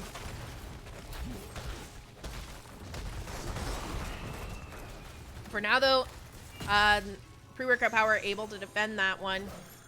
This is also really great for when they go for their turn-ins here. You've taken down those towers, means those spiders are going to be going straight onto forts. They're less defense here as well. Cure looking for some damage, but taking some in return here as the Bruiser Camp pushes in for pre-workout power.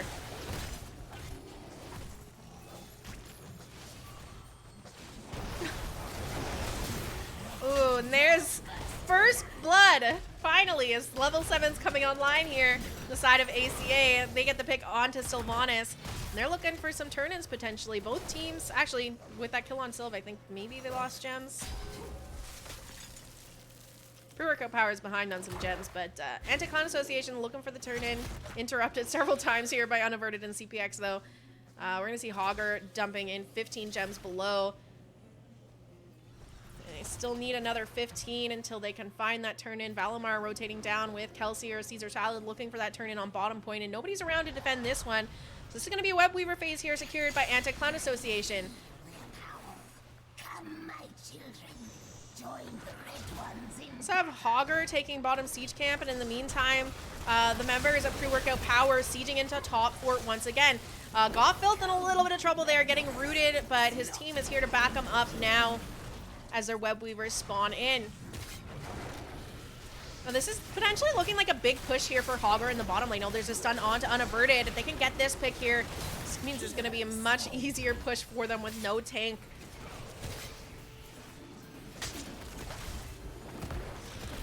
Top fort likely going to fall here without that wall for the defense, and with Sylvanas and Zeratul breaking off to clear the other lanes, they've made a decision here that top will have to be the one to go down, and we'll maybe try to save our other forts here. Unfortunately, though, Cure not able to clear out bottom enough with those siege giants to help out Hogger. That's going to go down. Top fort is going to go down. Mid fort, the only one left standing. We're seeing Intori come up for the flank here. We're not quite able to find what he was maybe looking for. Go ahead and spin on out of there on the Hogger. Mid fort still surviving for the time being. There's the hook onto Caesar Salad, the route to follow it up. He's gonna go to sleep, and now he's gonna burrow on out. Hogger went in for a little bit of spin. He's back out as well. Tori wants to secure this mid fort, but they're just not committing to it right now. They do have 10s online, so they could just, you know, pop back, hit the fountain, and go for it if they wanted to, but it looks like they're gonna prioritize this Bruiser camp instead. Yeah, they'll probably be able to push with this camp and still secure the remaining of that mid fort. But getting 3 forts out of this first turn is absolutely massive, I would say, especially against this Citrus comp. Yeah, no, this is going to make it a much harder game here for Stitches because they're looking to do any kind of hook gorge combos. They have to use their keeps now, and it means you can't really like step out into the map to take these fights without any structures around. They can't get value off of it. Mid fort is going to fall down, and look at this rotation straight onto boss here. No hesitation in their decision making from the side of Anti-Clown Association. They know that Bruiser camp has to be cleared out by pre-workout power. There's a turn-in potentially up and available for them as well. But if they go for turn-in now, they are essentially, you know, it's going to be almost free clear. They're going to have to worry about a boss getting cleaned up. And they're looking at the state of their lanes too. Mid and bottom going to be the potential web weavers to collapse onto structures.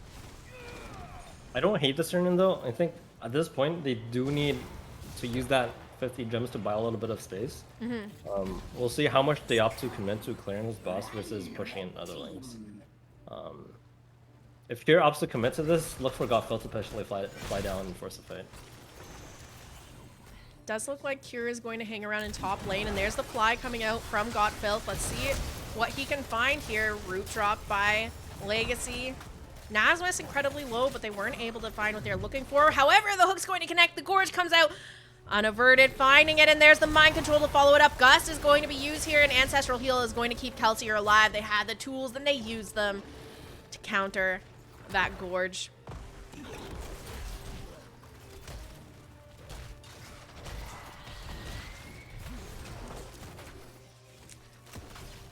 Good kind of like heads up play. Unfortunately, not able to get that pick though. And for the most part, these web weavers cleared up without too much found for pre-workout power. A lot of time spent clearing out that top lane boss from Cure. Mid fork took a little bit of damage, and their walls are down now in all these lanes. But other than that, Structure's still holding on and pretty healthy on the side of Anti-Clown Association, and they now have another turn-in on deck. Yeah. The main thing here for pre-workout power is just having trouble claiming space, I think. A lot of their lanes are being pushed, and they have trouble checking these bushes with stitches. Red team.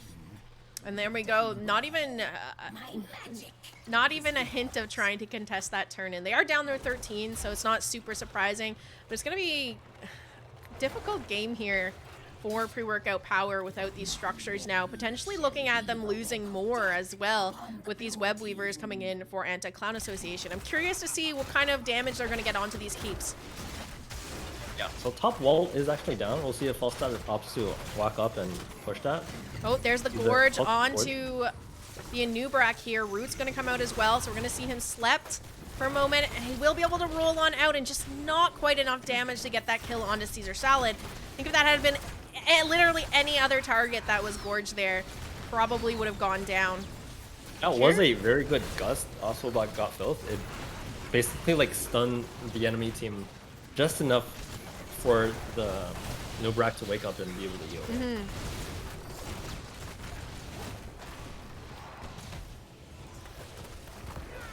Maybe too, if we saw the mind control come out like we did earlier when we saw the Gorge, that might have helped to secure that kill. There's the hook, but it does not connect, and that is web weavers cleared out. Mostly just front, like the walls taken off of these keeps here. Not totally all of them, but mid wall goes down, most of top wall, and bottom still hanging on. We have a turn-in available here for pre-workout power. A little bit of a fight there between Intori and Cure. Caesar Salad looking for Cure now. Valimar going in. There's the hook onto Caesar Salad. Valimar needs to be careful here, and there's the Gorge coming out from Stitches. Meanwhile, Cure in that back line still messing around a little bit. We're going to see Ancestral Heal popped onto Caesar Salad to keep him alive. And there's Mind Control coming out to bring him back into the fight. He's going to go ahead and burrow on out of there, though. And that's a lot of tools used on the side of pre-workout power for them to walk away with no kills. You're watching the main fight, right? I was You're just watching Cure. freaking around.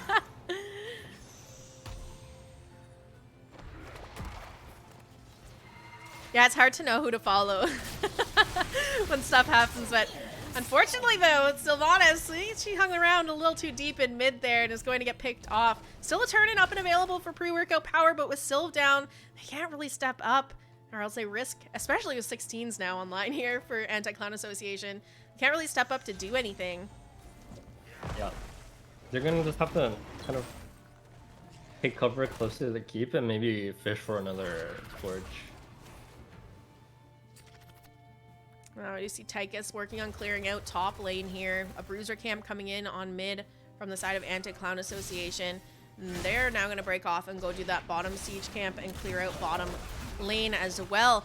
They're not too far off of a turn-in themselves. They only need 6 more gems now. I wonder if there's ever some world where ACA doesn't even push these lanes. Like you opt to just freeze them in the middle so you can collect gems and the enemy can't soak. If they want to soak, they're going to have to walk in and just take a fight. Yeah, I mean, that would be an interesting way to play it, because you're denying them 16s, but I don't think they would ever walk out. I mean, eventually the periodic katas, though, just are going to push the waves over to pre-workout power, right? Yeah, so we see this boss interface trade again. Yeah, a little bit of deja vu. I think the boss might end up taking that keep though. We'll see how this goes, but I would imagine potentially the Falstad might try to push that keep down if pre-workout power does not commit 4 to 5 people to defend that. Yeah, this is a kind of tricky spot to be in as well. They're still down their 16s on the side of pre-workout power. They need to clean up this boss in top lane, and it makes it really hard to do anything with these web weavers. We're going to see bottom spawning closest to the 4 here, but Kelsier's ready and clearing this up pretty quickly. So I'm not really sure if they find anything off this. Maybe they find Intori, though. Team's rotating up to help him now. The Gust is going to help with the disengage. Mind Control comes out, but it does not connect. Unaverted stun. Bit of damage out onto him. There's the Odin popped by CPX now, and this Web Weaver is going to go down. Meanwhile, keep taking some damage here. Boss still alive. Not going to take the keep down, but is going to get it kind of low. Bit of a fight breaking out here in mid. The root comes out, and Tori's going to get the Ancestral Heal from Rhaegar. Kira trying to put some damage out. Meanwhile, Gotfilth aggroed the camp here and sitting on the flank looking for something. Unfortunately, Hogger will fall in this fight. Well, unfortunately, if you're on the side of ACA. Or fortunately, if you're cheering for pre-workout power here. They're looking for a little bit more. Kira's going in, trying to find some damage. Like to see them maybe look to force something while they have this talent or this mana advantage, because they are a long ways off of hitting level 20s. Yep. So ACA does end up getting the pay. It looks like you're going to be committing to a bit of a bot posture here. There's the hook. Connects onto Nubrak, but that totem just slowing Unaverted down. Cursed Bullet comes out on the Grey Mane, chunking Unaverted. Cure getting a bit low as well. These Web Weavers in favor of Anti-Clown Association. Getting cleared up very quickly though. Mid and top already done. Nasmus is rotating down now to join the team. Still needs to be careful, but going for the mind control onto Gotfilth. There's the root to follow it up. Gus comes out. Gotfilth able to survive this. Hogger coming back up now to join the team. They're just looking for the retreat here if they can find it. There's the hook though onto a Nubrak, and we are going to see him fall, and they are on the chase to find whatever else they can. You're going to be knocked back, but going back in onto Kelsier. And now is out of there. And once again, the hook coming through. Valimar getting caught. No damage though to follow him up, and he's going to walk away okay here. Level 20 is very close to being online for Anti-Clown Association, but a Nubrak down for another 38 seconds. What do pre-workout power do? Do they just go for the turn-in now, or should they be looking to fight more? They're going to have to fix their lanes and look for a turn. The thing is, while a noob is dead for 30 seconds, they're also hitting 20s. So we'll see what they opt to do, but I'd imagine they might have to maybe just soak it out. Here's looking. Minute 50 on boss as well, so I think they do end up paying their gems. The most important thing is fixing their lanes and just getting 20, I think. Yeah, it's really unfortunate for pre-workout power, because every time they've gone for one of these turn-ins, the first two times they had a boss pushing their top lane, and now you're looking at them down their level 20s for this push. The Bruiser camp's here to help out a little bit more, but it's going to be tough. We're going to need to see some good hooks, some good gorges, some good follow-up here to maybe turn this around for them.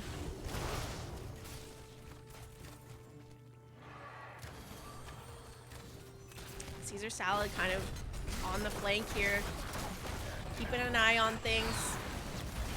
Midford is going to fall. In goes Caesar Salad with the stun onto Sylvanas. Cursed Bullet onto her as well, and there's the Gust. Knocking not that many people back into the fight, to be honest.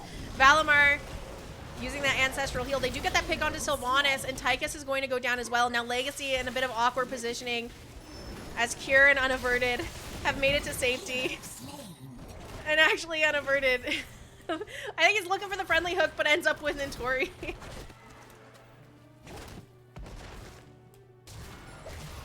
Still a Web Weaver and a bit of a Bruiser camp pushing mid, but that doesn't really seem to be a concern here for Anti-Clown Association. They're going to use these death timers to go ahead and secure themselves top keep, maybe even go for a core call here. This time they actually have the siege damage, so I don't hate it. They're finding a pick onto Unaverted here as well, just to secure those death timers and the game for themselves, and they are on core now with just Kier left alive to defend. Shields fall, core at 80% and going down. Gus comes out as well, and this is going to be a game number 3 over to the side of Anti-Clown Association. GG's and well played. Also, Karu, thank you so much for the raid. Welcome everybody from Karu's stream. If you guys don't know who I am, my name is Jazzalene. I cast a ton of Heroes of the Storm, so if you're into that kind of stuff, make sure you hit that follow button. Tonight we are casting Pre-Workout Power versus Anti-Clown Association. If any of you guys are CCL fans, you probably recognize literally everyone in this lobby. And joining me to co-cast, by the way, Weary Day. also, you know, Wild Hearts CCL team's healer. So, Weary, what's your thoughts on that match? Pretty back and forth. I think overall ACA executed their game plan pretty well. They got all of the walls down. They got basically 3/4 off of their first pay and just basically snowballed their advantage from there. Pre-workout Power had their moments, but they just couldn't string it together. As you mentioned previously, a lot of their pays were just having to use that to buy space and time, right? Just to make up some other parts of the map. I really liked Anti-Clowns Association's strategy to take down all those walls right away. Not only was it a good way to kind of counter what Stitches wanted to do, but it also just opened up the map for that first Web Weaver phase. I mean, because they got all of those walls and towers down, those Web Weavers just mowed down the forts, and off of first turn in, they were able to secure so much on the map. Yeah, I'll add that, like, if you really look at the comp on both sides, Pre-Workout Power's comp isn't quite as strong pre-10. They really need a bit of levels, right? The Zero Tool, the Stitches is really tanky, but he doesn't offer too much presence beyond his tankiness. So having that advantage in snowballing was really big for them. Do you think, switching one or two parts of their draft here and this makes it a little bit easier for them? Do you think like Zeratul was the pick to go here? Or do you think maybe having something with a little bit more CC to follow up? What do you think they could have tweaked a little bit here or there to make this more successful for them? Yeah, I mean, I think Kira was driving that draft, right? I think he wanted to go for that Zeratul. He felt comfortable on it. It's just their early game was just a little bit weak overall, and they got snowballed. That was a little bit unfortunate. Had they, like, let's say they saved 1 or 1.5 forts and they get to like 16 even, he would have made a really big impact. So it's really hard to say. From that perspective. Taking a look here at the talents, anything that was kind of sticking out to you? I mean, I'm peeking, and I'm not too surprised by most of it, but Totem build still being opted for even after the nerf, but I've been seeing it kind of go back and forth. Pretty standard stuff across the board, I would say. I think Got Filth is favoring this level 4 E talent a lot. You saw that on BOE as well. I'm personally not a fan of that, but he makes it work, so more power to him. Otherwise, I think pretty standard stuff across the board. Oh, okay. Well, we have the next map coming out here. It's my favorite. Let me update it really quick for you guys, and we'll catch you up because we got some new people joining us on how the series has played out so far this evening. For game number 4, though, we're going to be headed to Alterac Pass. This is a map pick from the side of Anti-Clown Association. It looks like Pre-Workout Power have opted for first pick after losing game 3. Let's take you on over and give you a rundown of what's happened so far this evening. Game number 1 was played on Battlefield of Eternity. Anti-Clown Association grabbing the win there. For game 2, we went to Volskaya Foundry. Pre-Workout Power finally getting themselves on the board. Game 3, Tomb of the Spider Queen with another win from Anti-Clown Association. We could have a 5-game series on our hands here tonight. Weary, were you expecting that? Be it such a late night tonight? I was. If you recall, my prediction was 3-2 ACA. I think looking through the last 3 games, if we were to see a repeat, I might see ACA taking this one and ending the night a little bit earlier, but we'll see how these drafts come out. It definitely can go either way, just based on how they're playing today. Yeah. I think, too, when we were talking about predictions earlier, we weren't really sure what the roster of Pre-Workout Power was going to look like tonight, but even more so, I think 3-2 is likely. We're just waiting for the readies here before we get into game number 3. But Alterac Pass, Weary, I was being sarcastic, obviously, when I said it's my favorite map, because it can be a bit of a boring map. It's essentially get the siege camp on cooldown and maybe not even do objective until you're absolutely forced to it. What's your thoughts on Alterac Pass? Maybe you can change my mind on it. I'm not sure if I can. I think all of the things you said are pretty objective. Like, there's just not much going on in the map, right? Like, you're not forced to take the objective, and if you do, it's not that strong early game anyway. So we'll probably see a priority on Anubrak, as he can often just like solo cheese the objective. So you'll have to have a mobility tank to kind of like just consistently watch him and just not let him do weird things like that. I am curious to see if we're going to kind of see what we saw on on Volskaya, where these teams more opt to go just sieging, and you will see trades on structures potentially, and just split pushing happening, even overtaking something like the objective, and then maybe once we get into like post 10 mid to late game, like somewhere in there, we might see priority put on objective at that point. I think even more so than on Vaskaya, we'll see a lot less priority onto the objective. Definitely, you'll see both teams look to get wave advantage and just start hitting the walls raw. Ban onto Hogger, which isn't too surprising because he's one of those heroes that can take the siege camp without any assistance right at 1 minute mark. We also see that Falstad come out from pre-workout Powah as well. Again, not too surprising. It's been prioritized by Anti-Clown Association all evening. Alterac Pass, you're likely going to 20 here where he can get some good value off of Gust. Joe and Zeratul banned out here, and it's going to be in a new Brack picked up first for the side of pre-workout Powah. No surprises so far, I have to say. Yep, I think heroes that are independent, I will fight you know, my Rhaegar, very right. independent hero. Heroes that can hit walls, that can clear waves, are all really high up in priority on this map. Victory for the Forsaken. Sylvanas Rhaegar picked up. So, I mean, already you're looking, maybe they are just looking to siege down structures and kind of ignore objective. We got the Blaze picked up as well as Lucio over on the side of pre-workout Powah. I like the Blaze pickup here because he's quite good at stalling objectives if that does become a priority for these teams. You know, throwing that oil out, interrupts, lighting it on fire, interrupts for a little bit longer as well. And Blaze, you know, decent offlaner right now. All around good pickup, I would say. Especially paired with the Anubrak. Anubrak's not the most tankiest frontline, so having that presence alongside him is very good.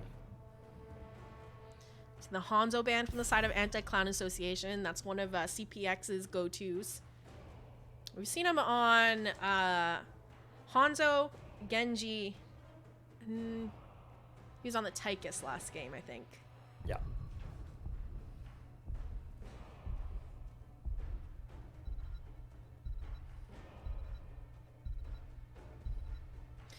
Last ban now, and it's going to be the Diablo.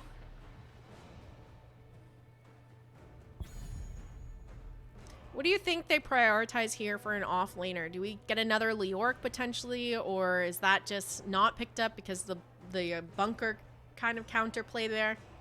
I think Leoric's decent, Ural's decent, Malthael's is okay. So, it really depends on what they want here, I think. Ready for action. Okay. A Murden and a Junkrat. All right. And this is a comfort pick for Caesar Salad, right? Yep, for sure. I think the Murden is not quite as good into the Lucio just because you get your Stormbolt cleansed pretty instantly, and otherwise you're just getting harassed continuously the entire game. But he makes up for it in that like he's just willing to get in there 1v4 and just make sure his team is behind him. Hell, it's about damn time. All right, I'm going to see the Tracer and the Tychus locked in here for the side of pre-workout Powah. I don't know if I like this necessarily, if they're going to be playing it as we're just going to see structures opposite side of the map from you, because right now Tracer not that great at doing that. Anubrak can help out with his beetles and stuff like that. You're really looking at like Tychus for siege damage, and once he gets Odin, that's great, but before then, yeah. Last pickup here, interesting. Zool coming out from Nintori. What's your thoughts on these drafts? You probably have different takes and opinions here. I would agree. I think another factor on pre-workout Powah side when they're picking their carries is how affected are they by Rhaegar. And, you know, the Tracer and the Tychus get gimped a little bit, but if you're picking something like Greymane, you get affected a lot more, right? This is Zool pick. I don't think I was expecting. So very interesting off meta pick, I would say, but it seems very powerful into the enemy's team. They just really can't kill you if you pop off your Shade Shield.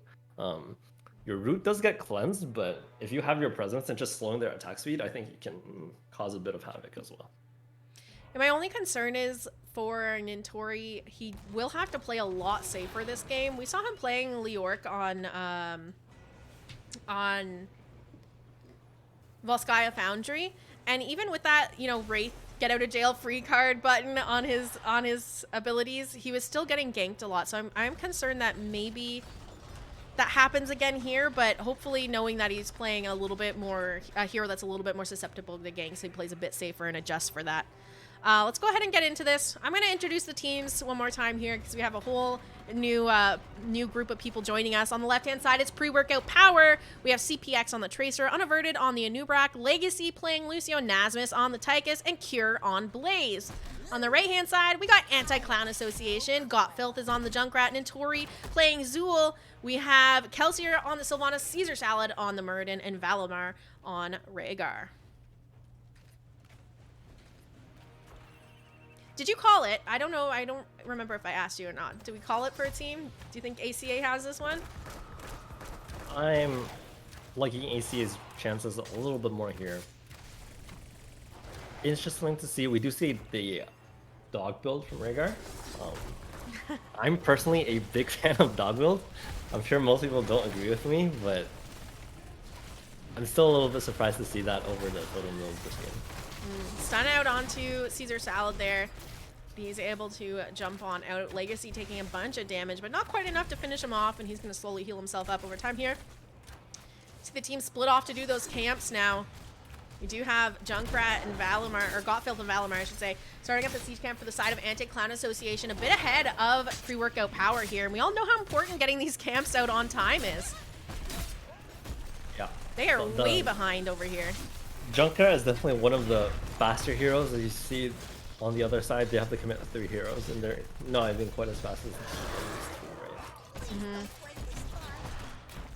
They're still working on getting that camp out on the side of Pre-Workout Power. Finally now picking it up, and in the meantime, the waves crash. Gotfilth is getting some damage onto that front wall.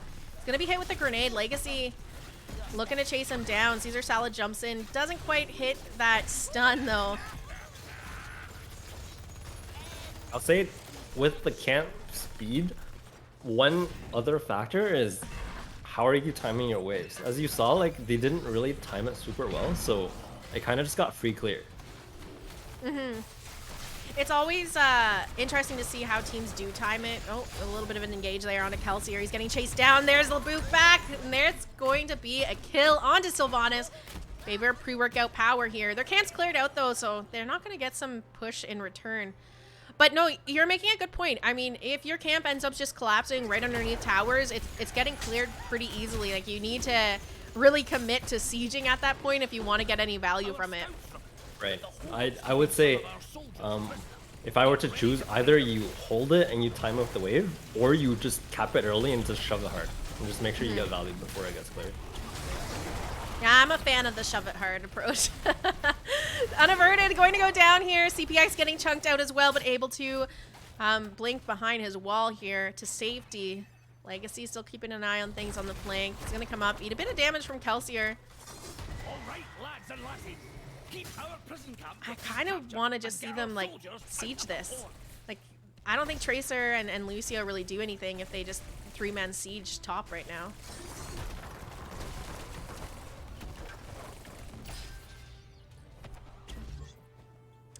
Caesar Salad coming back here. Valimar has been still hanging around, and looks like they're going to commit a little bit more into this top push, but that's it. That's all they're going to get. In the meantime, Junkrat did pick up mid-camp here. He's going for the interrupts onto Unaverted, who's coming over to clear out those minions, maybe get those beetles to eat the aggro so he can channel it. But Gotfilth is like, nah, it's not happening.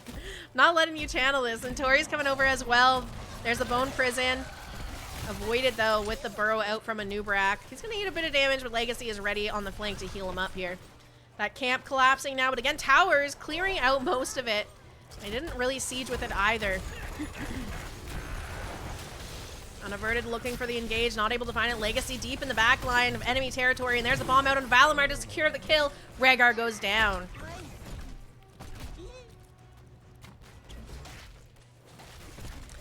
See the members of Pre-Workout Power try Ooh, got filth. He's getting chunked down here. He's gonna go down. Caesar Salad trying to interrupt here, and he's alone. And Tori coming up to join him now. There's the Bone Prison coming out. There's the CC, though, onto Murden, and he will be the next to fall. Ooh, ACA is inting a little bit right now. I see he's been a little loose and staggering kills here and there. Chat saying Junkrat, best objective interrupt in the game. It's not too bad. There's the Bone Prison onto Legacy. A little bit of damage dropped onto him as well. Channel still here, but going to be stopped now by Valimar, and they only have 8.8 seconds left until they secure riders on the side of pre-workout power. You see camps prioritized once again here. Surprise, surprise, as they come back up. Caesar Salad and Gottfeld working on ACAs over on the side of pre-workout power. Legacy, Nasmus, and now Kira joining them as well to get this camp out a little bit faster. See how much resources they have to put in to clearing this camp, and they're still like, it still takes them forever. Right. The only thing is, Yeah, again. the side is just not getting the advantages from it, right? Every time their camp kind of just runs in and dies. Yeah. And we're going to see exactly that again because the wave already crashed, so the wave is going to be cleared from towers, and now towers are going to be hitting this camp to clear it out pretty quickly as well. Level 10's online, by the way, for pre-workout power here.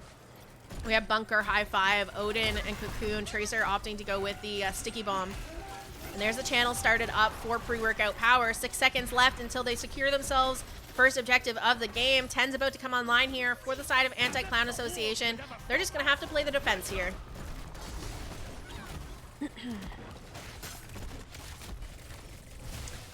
All those ultimates locked in over there now. Riptire from the Junkrat, Wailing Arrow out from Sylvanas. We have the Ancestral Heal for Rhaegar. Poison Nova picked up by Zool. He's having a bit of a fight down here with Cure. And Avatar from Murden. There's the Riptire coming out here. Gonna be used to get a little bit of damage and clear onto this mid rider and the wave. Nasmus popping into Odin to try and shove down this structure. Concussion Mine knocking Nasmus out of position, but no real follow-up to that. That rider is going to fall about half health left on mid-fort. Meanwhile, in bottom, Cure's been pushing in, and Tori trying to put up his best fight, but he does need to be careful. Here's a flank coming in from Unaverted. They are not afraid to go in deep for these kills here. Gottfeld is rotating down as well. Valimar here to help out. Keep in mind, he has that Ancestral Heal, so and Tori may be feeling okay right now with his healer around. Bunker dropped on Blaze. Bottom fort getting quite low. It almost looks like they're committing to it, but Unaverted knocked out of position by that Concussion Mine. Let's see if they can find the kill. He's going to go ahead and burrow out, but he's taking tower shots here. Junkrat poke, can it find it? It's not quite going to work out here. He's walking away, 60 health on his bar, but he makes it out of there just fine. All their forts managing to stay alive for now, but getting incredibly low off of that first rider phase here. Yeah, there was a Sylvanas pick in top lane as well, but as you mentioned, all three forts do still stand. It's really not going to take much to finish them off, though. And with these teams, the way that they've played these, like, just from watching the first 3 series you guys have been around, we know that they have no problem just shoving down a structure when they can. All right, they're looking at this wall. They have their camp here, and it looks like their camp is just going to be pre-cleared again. So much priority on these camps and, like, nothing done with them. One of our soldiers has been taken prisoner. Let's take him back. And Tori's in a bit of trouble here, slowed by the oil, but he's able to survive for now. Pops that shield and is going to hurt. Get topped up on some mana, but this bottom fort is now going to be in trouble without him to defend it. It is going to fall. Slowly, but surely, it's going to fall down here.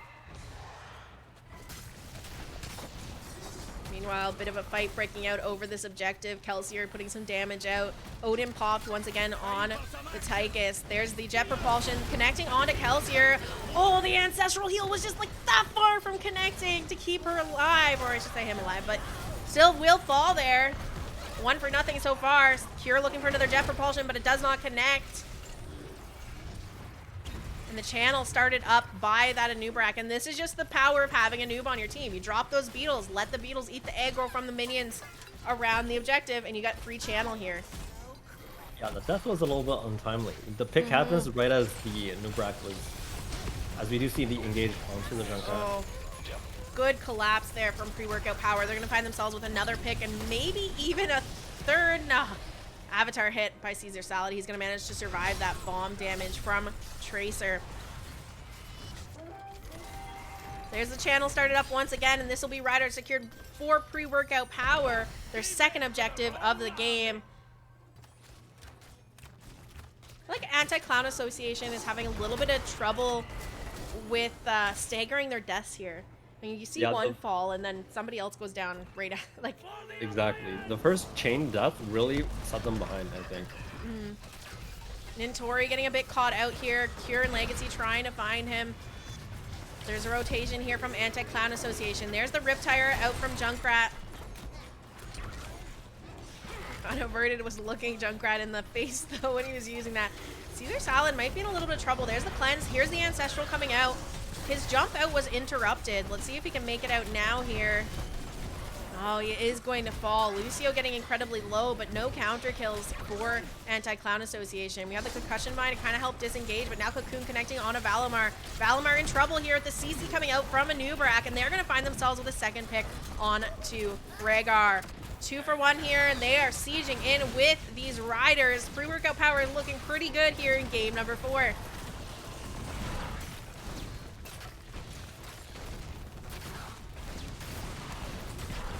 What do you think they, I mean, aside from like staggering these deaths, how did they adjust to playing into this? You know, I think at this level of play, mistakes are very costly. We're gonna see like shades of the first game where once you're this behind, it's gonna be really hard to come back. Especially against this Lucio, which denies a lot of your engages. I think too, even more so on a map like Alterac, where you need to have 2 keeps down before you can even go core. So even if they say they win a team fight and they push down a lane and take a keep, it's not necessarily a win condition opened up for them because of that core armor. Oh, boss play coming out, but pre-workout power saw that pretty quickly there. Bomb was used on Tracer. Kelsey are able to survive through that, but the Ancestral Heal coming up in 3 seconds. Caesar Salad getting low, popping into the Avatar to survive. There's the Ancestral Heal going to be popped on him to keep him alive. A little bit of damage being traded back and forth here, but nobody is going down. I really like this call from ACA in that they're just saying, hey, we're gonna try to force this boss and you guys better come fight us because we're gonna, otherwise you're gonna hit 20, right? The thing is, pre-workout power, they're patient enough that they're not necessarily going to give them a super favorable fight. So we'll see how heavy they posture here. There's a Cocoon out onto Sylvanas. Odin popped on the Tychus. The new wrap going in for the burrow here ends up rooted though. The Bone Prison. Caesar Salad getting a bit chunked down. Nintori popping his shields here to stay alive. Odin doing a bit of damage, but again, no kills, just back and forth. Some ults going out, but nothing really found off of them. Caesar Salad and Tori coming back in, looking for that Storm Bolt, but it does not connect. We're gonna see the Bone Prison out onto CPX, but no damage to follow it up. Kind of, Kelsey are able to reposition there with her with the Banshees. Feeling a little scary here. There's the stun onto Tychus. Gonna be cleansed from the high 5, but the Bone Prison is gonna keep him rooted a little while longer. And Tori getting in trouble though, pops the Poison Nova, and he will go down. CPX, let's see if they can find the counter kill, and they do. A 1-for-1 right now. This is a long drawn out fight, very back and forth. Caesar Salad's going in though. Kelsey are just having to hearth too low, out of mana, can't really do anything to help his team out at this point. Wow, this is just long drawn out, all for a 1-for-1. I wonder if pre-workout power could have maybe sent somebody mid and just start clearing out those lanes and tracking the enemy team with 4 heroes, just to say like, if you're gonna hard force this boss, we're gonna come back and fight you, but otherwise, we're gonna get split value.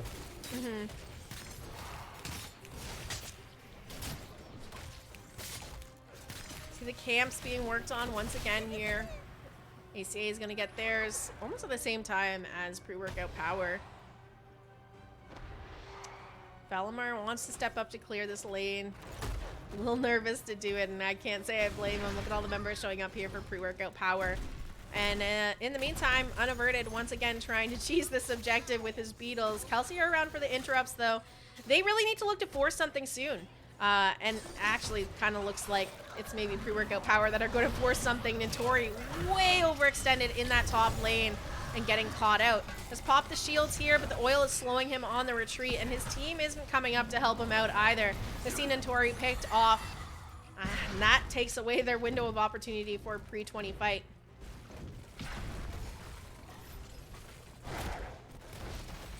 Likely just going to see a trade on bosses, but for Anti-Clown Association, their boss is going to a fort where they're going to have to defend a boss going to their keep here.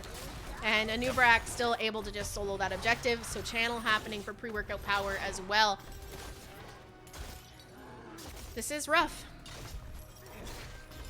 I think there's too many things they can do at this point. I mean, hope for a miracle pick, I would say. Like, find somebody out of position, just take a fight. By the way, guys, if you want to donate to the NGS Storm Division prize pool, there's a link that just popped up in chat. So if you're enjoying the games, you want these players to take a little bit more home at the end of the day, hit that button and donate to the Matcherino. Bosses here for both teams that need to be cleared up. I kind of wanted to see pre-workout power do a little bit more with their level 20 talent tier advantage, but they're just prioritizing backing up, grabbing their camps, and kind of clearing up some of these lanes. Level 20 is very close to being online here for Anti-Clown Association.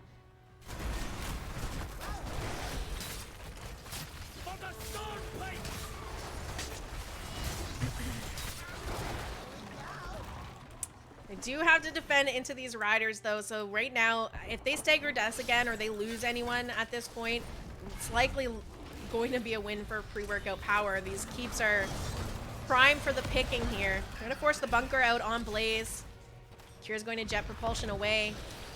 They really want to find a pick here if they can, but it's just not working out. The Wailing Arrow coming out from Sylvanas as well, and mid keep goes down. The remaining members of pre-workout power are on the core. Odin popped on Nasmus, playing that Tychus, and core at half health and falling quite quickly. We're gonna see the Poison Nova out from Zool. This is looking like a pre-workout power game here, which means we are gonna get a game at number 5, Weary. You called that it was gonna be a 3-2, so you got at least that part right. The question is whether you got the team right.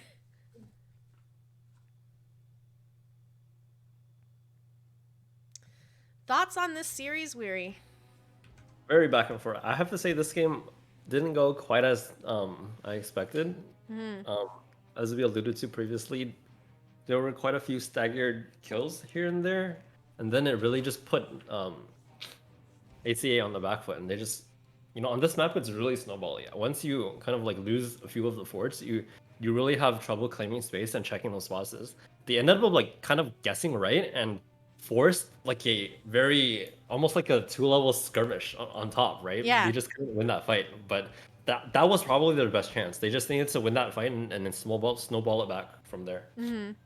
I was honestly expecting them to just like look to siege a bit more in the early game, but they never took advantage of their mid camp and tried to siege with that. It was almost free cleared every single time by towers on the mid wall. And I don't know, I guess like because of the staggered deaths, they just didn't have the opportunity to do it. But with the Sylvanas picked up, you have the Junkrat for poke, Rhaegar even. I was kind of thinking we might see like the 4-man look to siege while Zool catches Soak elsewhere on the map for their team. But we really didn't see that. We didn't really see any sieging from the side of Anti-Clown Association. I think they really didn't look to do it. It's not that they can't, they just didn't. For whatever reason, they didn't look for that. Even I think even if they don't look for that mid prioritization, you can use that space to just like push your other lanes, right? Like you have your Duel and you have your Sylvanas. The enemy team, if they commit 2 to 3 to clear mid, you just push their other lanes. Yeah, I agree. Yeah. Taking a look here at the talents picked up, I don't see a lot of Zool. Do you know if this is the build? This is a pretty standard build, I would say. I don't think there's anything wrong with this build. I don't think he was as impactful as I would have imagined potentially, but you know, there was really not a lot of fights beyond that like 2-minute skirmish up top lane. It was just a lot of like laning, and you did see that as soon as like the gank comes, if he has his shield, he's going to be able to survive. So the enemy kind of just walks away. So you do see that like safety from the level 1 talent that he has there. Yeah. 11 to 2 in kills. You can kind of see how those deaths really affected the side of ACA. And it's like you were saying earlier, at this level of play, every little death is like, you know, teams get as much of an advantage out of them as they can here. So congrats to Pre-Workout Power for taking game 4. Where do you think we're headed for game 5? Is there a oh, there. Okay. I already know the answer. I'm the last one invited to these lobbies. They don't post the links. It's like a secret lobbies. Game number 4. Oh, okay. I wanted to see this map earlier, so I'm excited that we're going to end the series off on it. But we are headed to Cursed Hollow for game number, I think I said 4, but it's actually 5. The last game of the evening here. This is a map pick from I don't know who. Let me see. They're setting the stuff right now. Yeah, this is a map pick from Anti-Clown Association. Yep. So Anti-Clown Association wanted map pick after losing game 4. Looks like, unless they didn't set this up right, but I think they did. So they want to play on Cursed Hollow, so I'm expecting them to have a strategy here. Swapped it on you. Oh, okay, there we go. All right, I lied. This is a map pick from the side of Pre-Workout Power. They did opt for first pick. Yeah, I think Simplicity TCL does like this team quite a bit over the others, and you do see like 3 of their members here, so not a huge surprise, I would say. Yeah, I'm expecting to kind of just see again priority on those globals, priority on some of those heroes that can maybe do some sieging or split pushing from these teams. There's the Zeratul banned out right away. What are you thinking, Weary? What are you expecting to see? I'll be very surprised to see if Balsa goes through, but yeah, right. maybe they call their bluff and saying you're not gonna first pick it, we're just gonna 1-2 it instead, you know. Zeratul, Joanna banned out here so far. ACA has the first pick, so they can look to maybe like target ban, leave some of those globals up for them. They're gonna take away the Dahaka, which I think just means Falstad's banned here. Yep. Oh, okay. This makes it more interesting. They first picked the Falstad. Do they do The it? question becomes, is it first pick Falstad or is it? And there it is. I don't think I don't think you can let that go through. It's hard to say. It's a Yeah. judgment call, you know, like maybe Pre-Workout Power is saying if you pick that, we're gonna like 3-4 Tracer and we're just gonna try to fight you that way, but it does end up being a lot harder this way. The split pressure is gonna be continuing the entire game, and you know, especially on this map, I think this is definitely one of, if not his most favorable maps, right? So See Lock and Blaze once again. Rhaegar picked up by Legacy here. And there's the Malfurion coming out from Valimar. Last time we saw them play Malfurion, The hunt is they paired it with the on. Medivh Stitches. This time it's going to be a Lunara, so that off-lane tank position still needing to be grabbed here for Anti-Clown Association. What do you think they go for to round out their draft here? I would say it's just their comfort picks, right? You know, the if not denied, look for Caesar to be on his Anub or Murden, as we do see the Anub ban coming out. For Nintori, I think he might want to be on Hager to be ahead on the Merc clear. I like the Tracer ban coming out here as well. We've seen that played a couple times now, but the side of Pre-Workout Power would be annoying to deal with. We're going to see CPX back onto the Genji here. Unaverted going with ETC. We did see that a few times in the Miami LAN. Unaverted picking the ETC and opting for the stage dive to counter some global presence. Yeah. So their answer to this, like, I guess, early squishy lineup that ACA come is Genji. We'll see how that does. A last big variant tank coming Oh. out. I don't know how I feel about this variant pick. I guess they have decent follow-up with a root to put underneath the taunt target. Likely they go to sleep afterwards. But in terms of, like, your burst damage. You're kind of probably waiting for Falstad to scale with his Gathering Storm at level 1. And Lunara, I mean, maybe with a Leaping Strike, she secures the kill. I don't know. What's your thoughts? So without seeing the Abathur pick, I would have been pretty favorite on the side of ACA. I think his main job isn't to taunt blow up the enemy team, and more to just be a presence for his backline, because if you can't one-shot the Malfurion or one of the other squishies, like he's just gonna heal everything up. With his Abathur pick, they do have a lot more damage in burst, so it'll be interesting to see how well they can execute this double Genji comp, I guess. I'll say, I guess the one thing in terms of protecting your backline, having to deal with a Genji is a little bit more easier when you have a point-and-click taunt on Varian. But yeah, it'll be interesting to see if they're actually able to secure any kills with it. I'm always like really iffy on Varian comps because he kind of, like, if you're not getting those picks with taunts, he doesn't really have the best ways to disengage for his team or peel for his team. There's slows in his kit, but that's about it, outside of taunt, that is.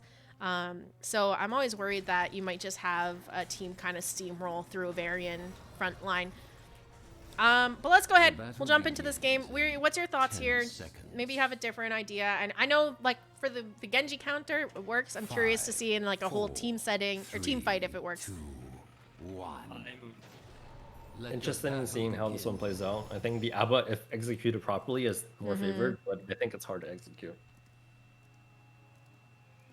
This is kind of an exciting last match, though. These drafts are interesting. A little bit of switches, or switch-ups, I should say, from what we've been seeing them draft this evening with the Abathur, the Varian pickup here, and the ETC as well. Yeah. Bit of damage out there onto Cure. Keep in mind, though, Varian, until he hits level 4, not quite like a real tank. He doesn't have the tank health bar necessarily here. Both these teams just kind of, you know, catching the soak, doing what they can. CPX going to eat a bit of damage. Nintori taking a bit as well here. CPX forced to hit the fountain already. Padded Genji is going to be so annoying to deal with as well.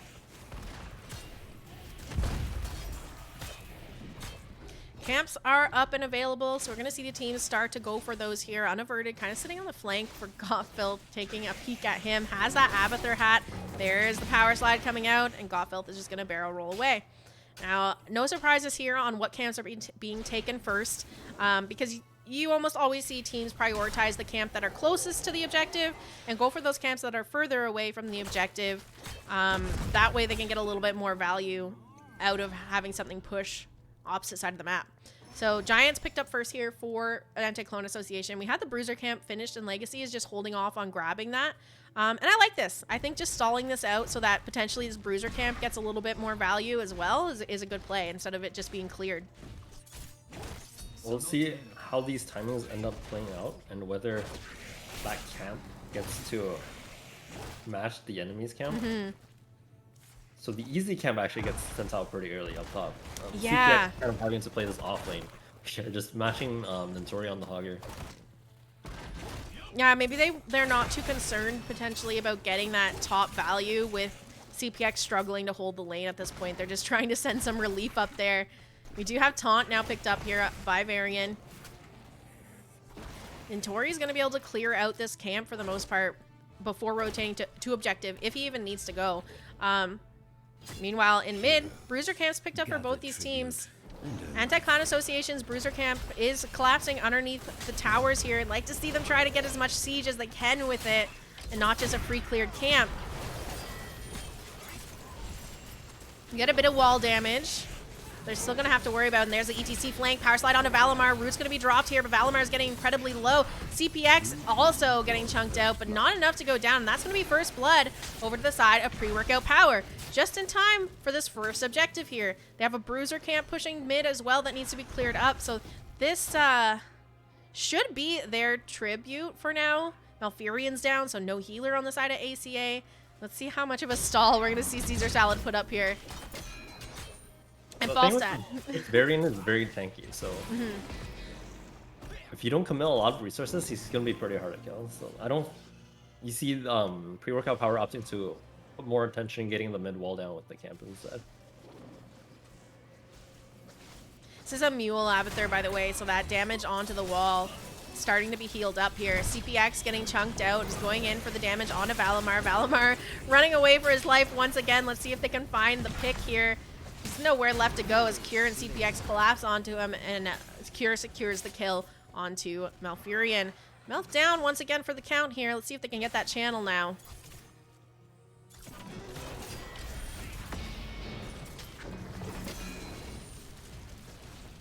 Legacy going for that tribute. He is going to be able to find it this time. But look at this value. Nintori's just been shoving top the entire time. Yep, he really wants to get this done because the Abathur does have the mule at level 7, but it doesn't look like he's going to be getting it with this wave. And you do see this rotation coming up just to help defend this fort a little bit as he tries to heal it back up. Fortunately, a little bit more of a heads-up play from Nintori this time around. He's not getting caught out in his lane, and now Legacy Unaverted and CPX are all showing, so he knows there's 3 people here, not to step out too far. He's gonna drop a spray, Weary!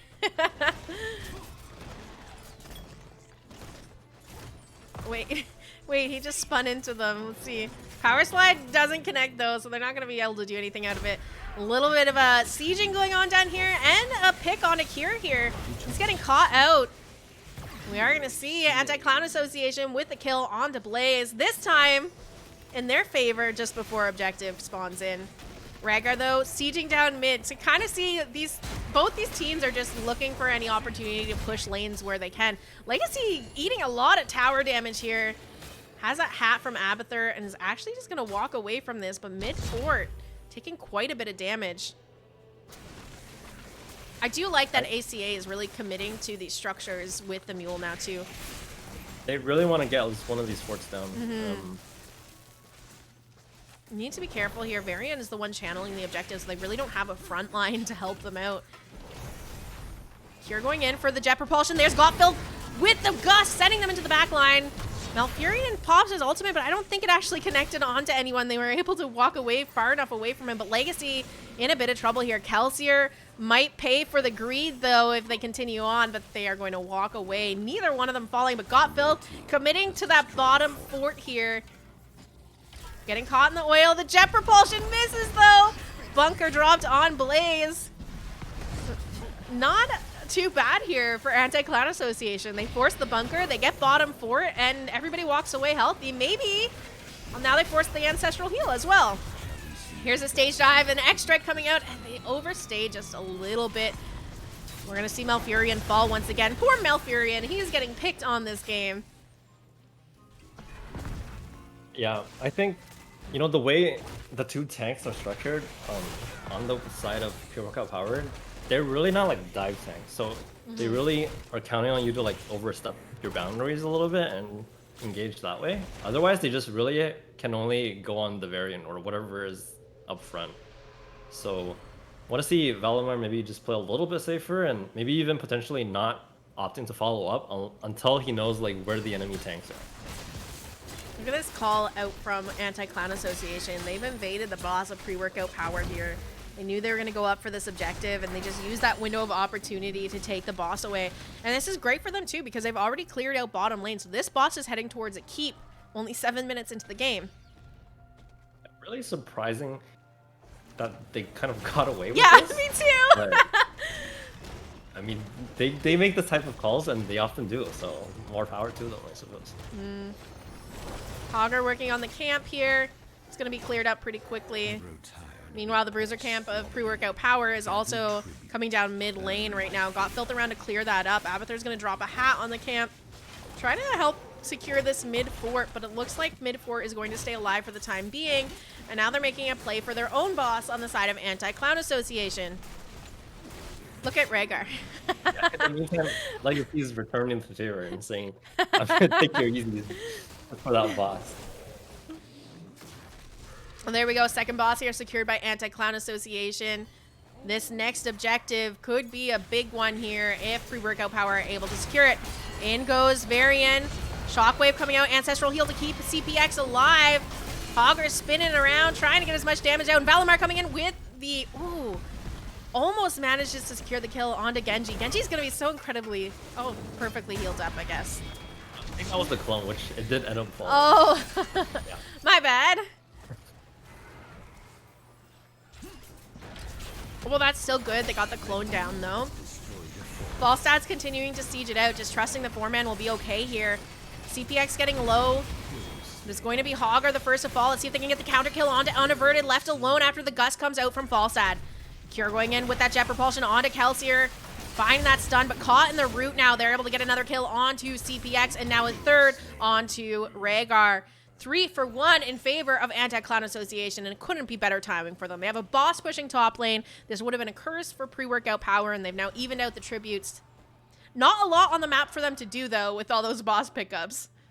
Really good route there by Valimar. He read that engage and just caught the 2 diving heroes right in front of the tracks. Chat saying that they got debated by the clone too, because it looked like he got low and jumped into the bunker. It happens, though. We can't all be perfect. Tori slowed by the oil here. CPX has that hat on him from Abathur. Looking to get a bit of damage onto Kelsier. Kelsier returning the favor. There's the stun from Hogger.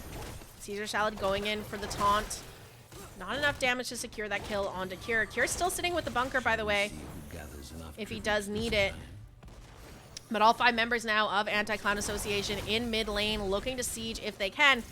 ETC clearing out top lane. Abathur kind of keeping his creep in bottom lane there.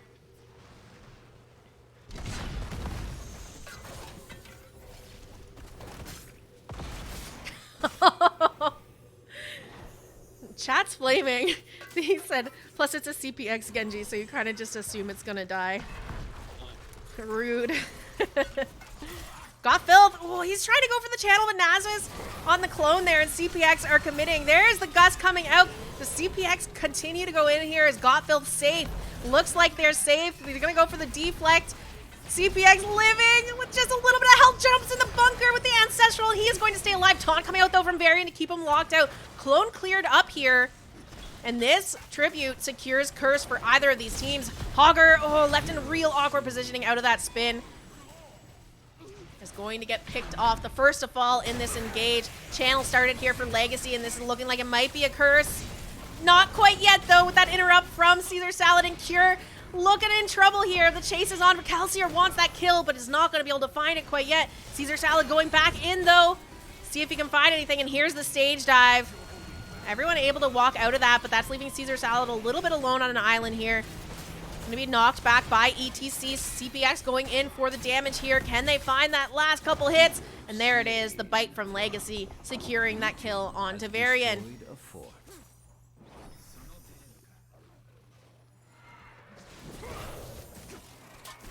CPX going for the channel here, and this is going to be a curse for pre-workout power. Now, you shall know my wrath.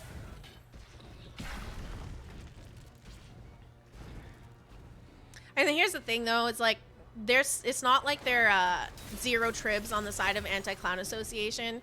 If they can manage to find themselves a curse after this, they can still kind of turn this around, and they've already opened up the map anyway. They've taken down top and bottom fort, mid fort the only one left up. So this is really kind of just evening out the map for pre-workout power at this point.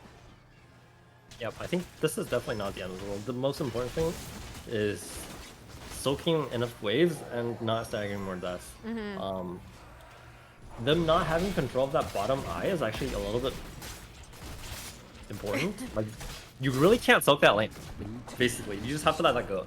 Yeah, they do send the Wisp in there to kind of check things out. Gonna make a play for the Siege Giants here. And pre-workout power actually just opting to use this curse to kind of let it do its own thing while they go for a boss play. Yeah, so they're probably just going to My curse take the rest of this and then maybe start the top boss. As they'll see ACA start committing people to the bot lane. It does look like they're rotating people up and potentially they want to take a fight here. Yeah, Falstad's the only one left around to clear that bottom boss, so he can fly in to join the team here if he wants to. Kelsey are getting caught out, though. There's ETC coming in with the stage dive. Rooted, though, by Valimar. Good heads-up play there. from Malfurion, and Kelsier is able to use the Leaping Strikes to get out. Falstad's flying up now to join the fight. We have the clone out once again. Hogger spinning on out. There's Genji with the deflect going out. And clone is done and over with here. This leaves Anti-Clown Association in a bit of a advantage with that down. Falstad's going to break off to clear mid though, so this is a 4v4. A lot of damage there onto Unaverted, but healed up by Legacy. For now, they've denied the boss at least going over to pre-workout power. Yeah. So the boss ends up getting leashed and clone goes down. Without the clone, it's going to be really hard to just dive the backline. I am worried though. Hogger's split off enough. Falstad already used his fly. That they get caught here, still kind of warding this boss, or maybe even just pick on Hogger.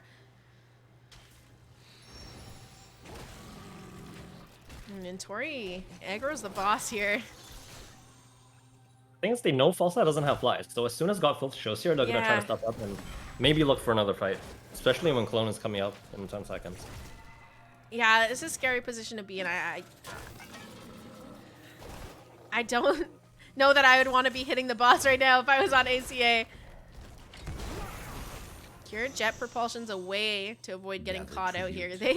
Both teams are really just committed to like stalling out this boss and not letting either one of them have it. Falstad in the meantime is getting nice pressure in bottom lane. They have that siege camp pushing forward. They have those a Kata as well on this wave to help clear it out. Abathur's going to do what he can to try and help down there. They're still hanging around that boss in top lane. This next trib also spawning right by this boss, luckily. Clone back up at this point now. All ultimates on the table, but 20s online for pre-workout power. Anti-Clown Association a little bit off of hitting 20s themselves. And there we go. They are going to find those 20s now. Cure interrupted on the channel. We have Godfilth kind of sitting on the flank, looking for the Gust potentially. Cure getting incredibly low and a huge stage dive into the back line. There's the Ancestral Heal out onto Cure. The Gust comes out, but it doesn't really hit the targets they were looking for, and we're going to see Falstad fall. Blaze dropping the bunker here, giving his team a bit of armor as they look to re-engage. Jet Propulsion out, connecting onto Caesar Salad and Valimar. Valamar's in trouble here. Have Hogger trying to help out on the flank with the Shockwave, but it's not going to work out. Down goes Malfurion, and Hogger is going to fall next. A 3-0 in favor of pre-workout power. Anti-Clown Association not able to find the curse they were looking for. It looks like pre-workout power is going to try to potentially end bot. Down goes the keep. 40 seconds until the entire team is back up. We're going to see the stage dive come out, the power slide onto Caesar Salad, the jet propulsion to follow it up. Leaping strikes being used by Kelsier to just try to poke them off, create enough damage for them to consider not going core at this point. But this is looking like it might be a pre-workout power game here as Kelsier does fall. Caesar Salad, the only one left up for the defense here. Falstad's up in 3 seconds. He has the Gust, but it's not going to be up fast enough, I don't think. There we go. Pre-workout power will be the first team to take down Anti-Clown Association in Storm Division. It was a 3-2? You said it'd be a 3-2? I did say it. ACA was going to take the set 3-2, but it did end up being a 3-2. Very back and forth. I think this really could have gone like pretty much 3 of the games could have gone either way, I would say. Especially this one, few staggered deaths. At the end of the day, I think the pre-workout power executed well enough to be able to take this dub, so props to them here. Yeah, GG's to pre-workout power. Let's take a quick look at this match summary. Talk a little bit about talents. You want to do that? Well, I reach out and see if they'd like to do an interview. Pretty standard stuff all across the board, I would say. You see the Debo Genji nearly reworked, sort of, with the new level 1, 4, and 7, right? Valimar opting to go with the Twilight Dream at 20. He didn't take as big of a dream as he probably would have liked. It's interesting to see him opt for that because on the one hand, it's really good to counter Genji dive, but on the other hand, the Genji can also outplay it by X-striking or by just getting into the bunker. So, all in all, pretty standard stuff across the board, I would say. But, yep. All right, I reached out seeing if they want to do an interview here, so just give us a moment and hopefully we hear something back. But let's pop on over to the cams in the meantime. I guess our tier list definitely has to change after tonight.